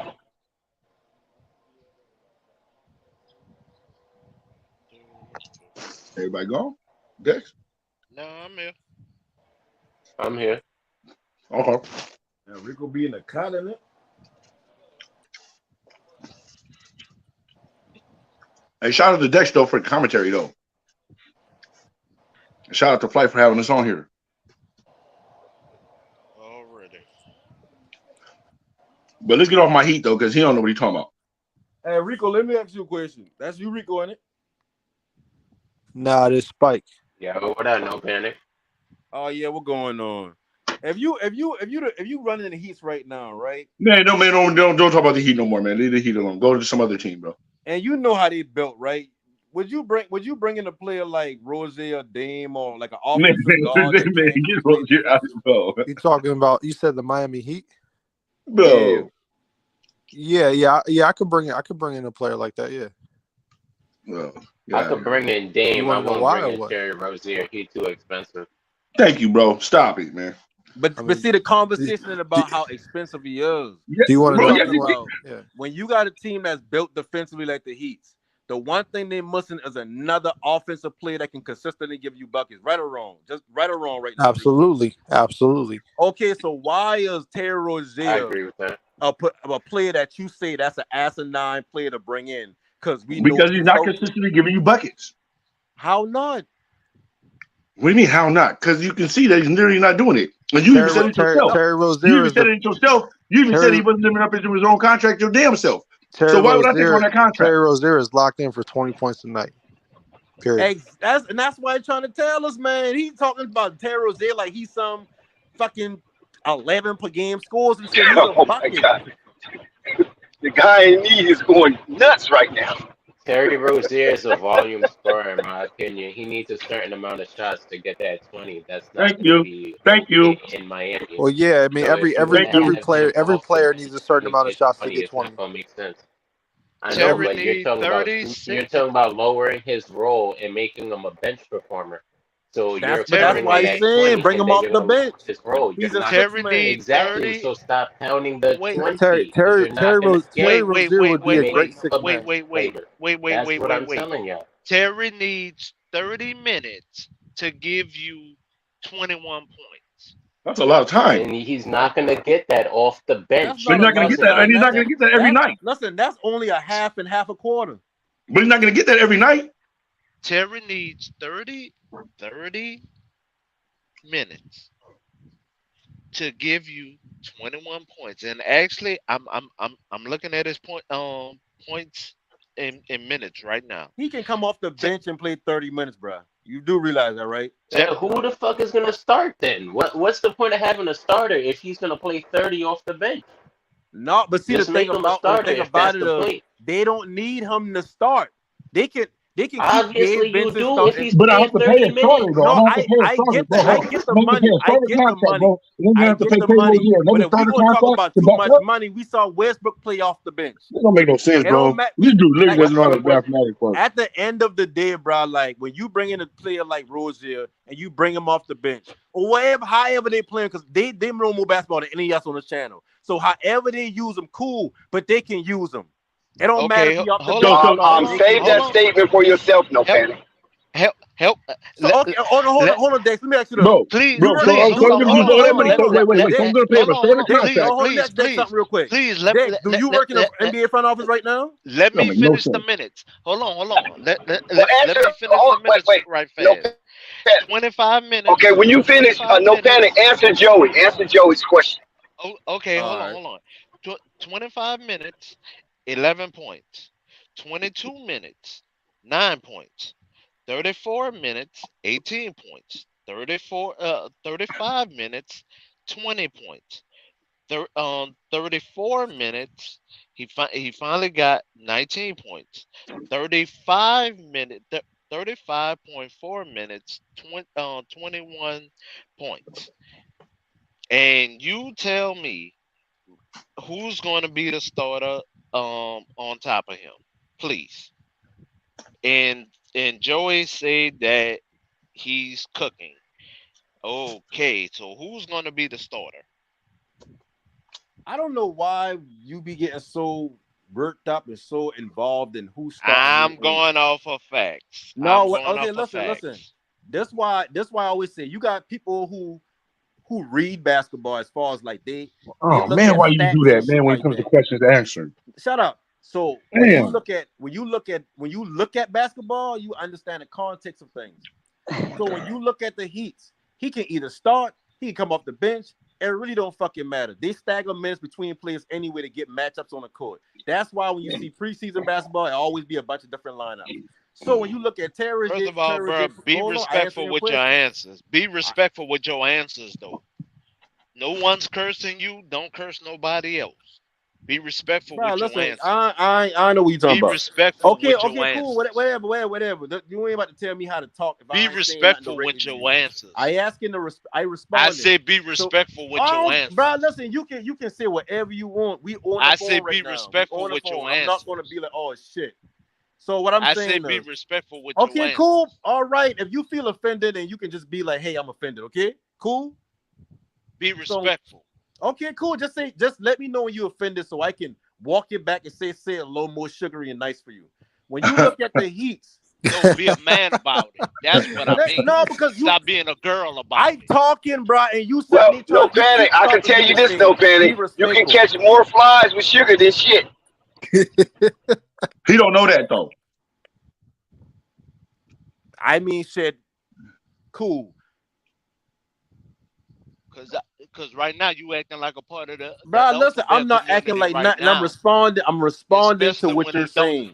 I'm responding to a question. Like, don't ask me a question and then I respond, and now you stop acting like a part of the alphabet community when it doesn't go through. You got to tell me if I right or wrong in your opinion. I also got to say. Stop acting like a part of the alphabet community when it doesn't go through way. But bro, listen, I do not care what you're saying right now. Don't like play. Everything you're saying is irrelevant. Don't play so that you way. want to conversate? Want to keep the conversation going, or you about to just keep stopping me whenever you're offended? Whenever you feel sensitive to something I'm saying, just say, "Hey, bro, listen. The way you said it just now, it made me feel some type of way," and I can let you know. It really don't matter, but it wasn't meant to be said like that. Cool? If you want to be hood, be hood. No, Purple Baby is back. Come on, guys. Purple Baby is back. Let's tone down the testosterone. Please tone down the testosterone and let some of this estrogen get up in here. Mm-mm. I'm not like you tripping, bro. You tripping. On a plane and be in your city, boy. Oh, hold on, let him. Okay, Gemini, let him answer. Okay, you done got him. Tell him to be more respectful. Let him answer the question. Oh, well, Dex, you ain't answer my question. Just tell me a city, and I'll be in your city, boy. Don't play with me. No, you answer because Joey directed to you. No panic. Ever since I get on, I've heard many threats like that. I do not give a fuck about it. It's not a threat. Come on, man. And listen, I'm going to mute you guys, Mike. Stop it. Let's go. Answer the question, man. Answer the question. Ask the question. I don't even remember the question. Joey said, but no panic. He's talking to no panic. But who they giving up for Terry? Because you kind of was harking on Terry, which is not a bad thing to insert Terry in the equation. But who are they going to give up for Terry? Because he's not just walking over there. You got to trade. No, listen, this ain't even about me hopping on Terry. I'm saying as if I build in a team, that would be a good player to add to a team that I feel like is lacking offense. And two, when you talk about Terry Rozier, that's why I say he got a good contract. He's not at the value of his contract, so you don't have to give up as much. And later down the line, if you don't work out in a year or two with him being on the team, you can trade that contract with salary to somebody else that maybe get another player that can bring a different salary. So at the end of the day, they don't have to trade much. You can give a couple of second-round picks to fucking Charlotte and a bad contract. Okay, so no panic. So what you telling me, no panic, Duncan Robinson is the target. He's the odd man out. That's what you're telling me. I'm not an NBA aficionado, bro. I don't. Well, put your GM hat on. Put your GM hat on right now. Duncan Robinson probably got the best contract. Not best. He probably got the contract that would most likely fit into a trade with Terry Rozier. I'll say that. But if I gotta give him up for Terry Rozier, I would do it. Duncan Robinson probably has the worst contract for any other franchise right now. And you crazy, cool. bro. That's cool. But what I'm saying is, no, that's not the worst. The worst to me is Bradley Beal because he got no trade. Well, I'm just talking. No, I'm talking about for the player. No, I'm talking about for the player that no, stop, bro. I'm talking about for the kind of player he is. For Rozier, for a Duncan Rozier trade, right? Mm-hmm. Duncan has the worst contract for that. Okay, what do you mean? He got a elaborate. Well, you're gonna end up spending more trying to take over Duncan Robinson's contract. And believe me, the team's gonna want more. They're gonna want other players besides just Duncan Robinson. So, at the end of the day, who's getting the better value for that? Because when Duncan did his contract, that's a question to me, or you just saying that rhetorically? No, I'm asking you. Okay, if I look at the Heat over the last 3 years, and tell me if I'm wrong. That's not what I know their problem, so we need to repeat that. Duncan Robinson, when the last time you hear about Duncan Robinson before this year, hitting buckets or shooting at a 40-something% clip? That's not what I asked you. No, I'm asking you that question so I can. Bro, why do you always answer a question with a question, bro? Literally, you don't like when people do it to you, but you literally do it every time somebody asks you a question. Answer with another question. Why are you so hostile, bro? I'm asking you one question, bro. One question. Go ahead. One question. Go ahead. Answer that. So at the end, I feel like I just saying the same shit again. So I'm gonna just say it. The Heat need offensive player. They need offensive production. They don't need a 3-point specialist who can't play defense, who a liability on defense actually, and can't put the ball on the floor and get buckets consistently. Yes, he did it in the playoffs for a couple of games, but that was only a couple of games. That's just like watching the NCAA tournament. You got that one player that he go off throughout the NCAA tournament, but then when he comes to the draft, he's a second round pick, and he do get picked in the first round, and he don't amount to really too much. So but can you also say the same thing for DeRozan? I mean for Rozier?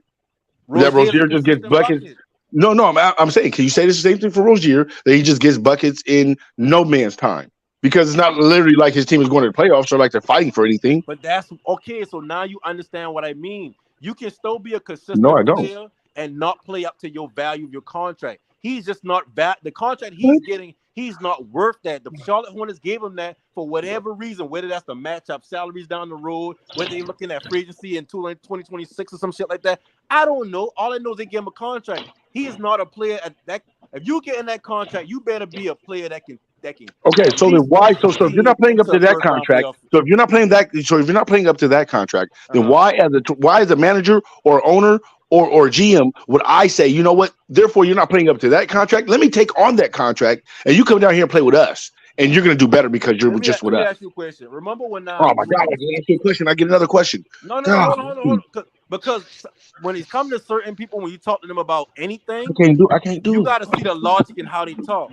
So if I give you just a plain answer, you're going to rebuttal. So I'm gonna ask you. Bro, you rebuttal everything, bro. I literally just asked you one thing to ask you questions, bro. Okay, well, why do you do that? When Drew Holiday was in New Orleans, was he playing up this contract value then? Bro. I'm done, bro. I don't even know how to do this, bro.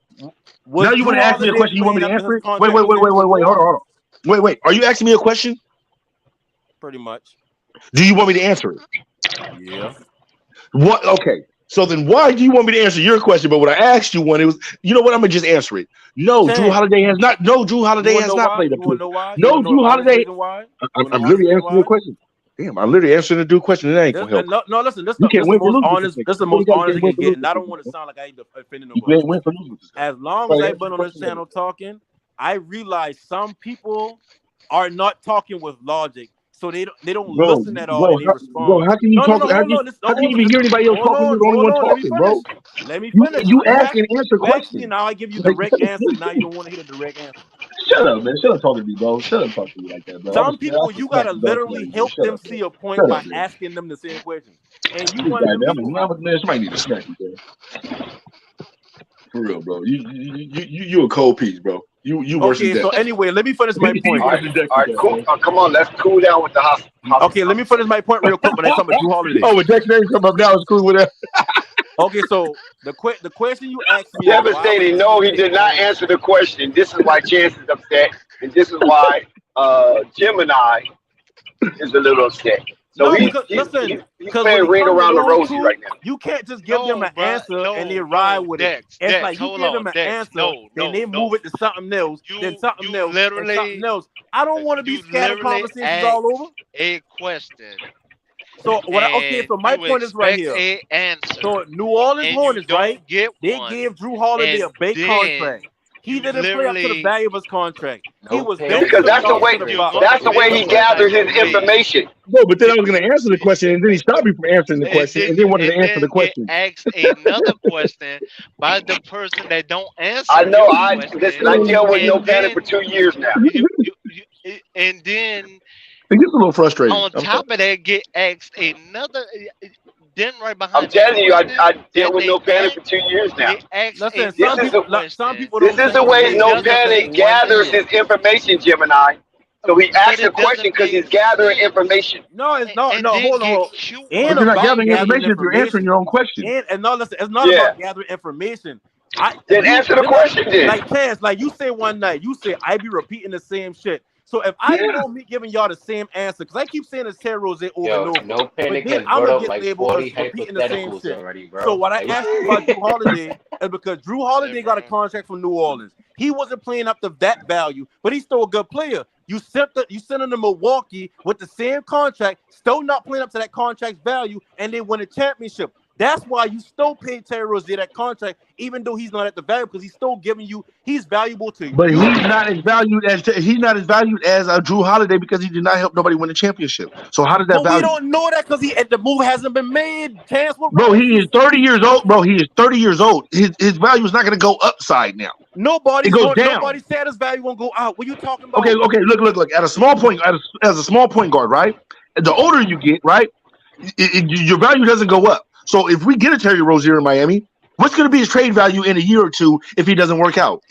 So you saying he's too expensive right now? No one worries about that. If you know this the player you need to get to a certain level, you don't worry about his trade value 2 years down Terry the road. Rozier is not the guy that's going to get you to a certain level. He's not going to get you to the next level. He's never got no team to the next level. If the Heat's made he has not gotten one team to the next level, bro. 3 or 4 years, and they made it. They don't have another scorer. That may be the person that took the skill. There's so many people in the league that can score, bro. Why would I go after Terry Rozier? If that's the case, then why? Okay, if that's the case, then why haven't Miami Heat found that? We will find it on our own page, bro. We don't have to listen to you about Terry Rozier. Hold on. But if we was to listen to the likes of you, right, we would literally reverse our contract and be in a dumbass contract that doesn't make no sense, right? To then trade him 2 years later when he doesn't play that much anyway if he's not healthy, right? So that makes no sense. So then if we listen to you, we wasting money and time. We going backwards. So No Panic's going to send y'all to the Stone Age with that type of thing. Bro, No Panic is sending us back to the draft. Hey, do you want Damian Lillard? Because Robinson got hurt. If Robinson wouldn't have got hurt, Robinson was actually on the up. And Kevin Love. He was stinking up the joint, though. But Robinson was stinking up the joint. That's why they swapped out with Matt Strus, because Matt Strus was giving them the same amount of production, but way less price. Okay, so if I got to give up a Matt Strus and I got to give up a Duncan Robinson and probably one other player just to get a Terry Rozier in that contract, that would be half But see, Have dumb. that's moving the goalposts. No one adding in who they got to give up. You don't got to give up that much for Terry Rozier. Wait. Flight trying to say You acting like he's not fucking listen, we're gonna pick the. I hate to do this. We got a packed house. We're gonna pull back up tomorrow, man. It's Flight Sports TV. You already know what it is, man. I appreciate y'all for tuning in. We're gonna be rocking and rolling early. We got a draft day special, pre-draft day special. Make sure y'all pull up on draft night. It's going down. It's Flight Sports TV, man. That's my dude. I rolls with him. You heard what the man said. It's Flight Sports TV.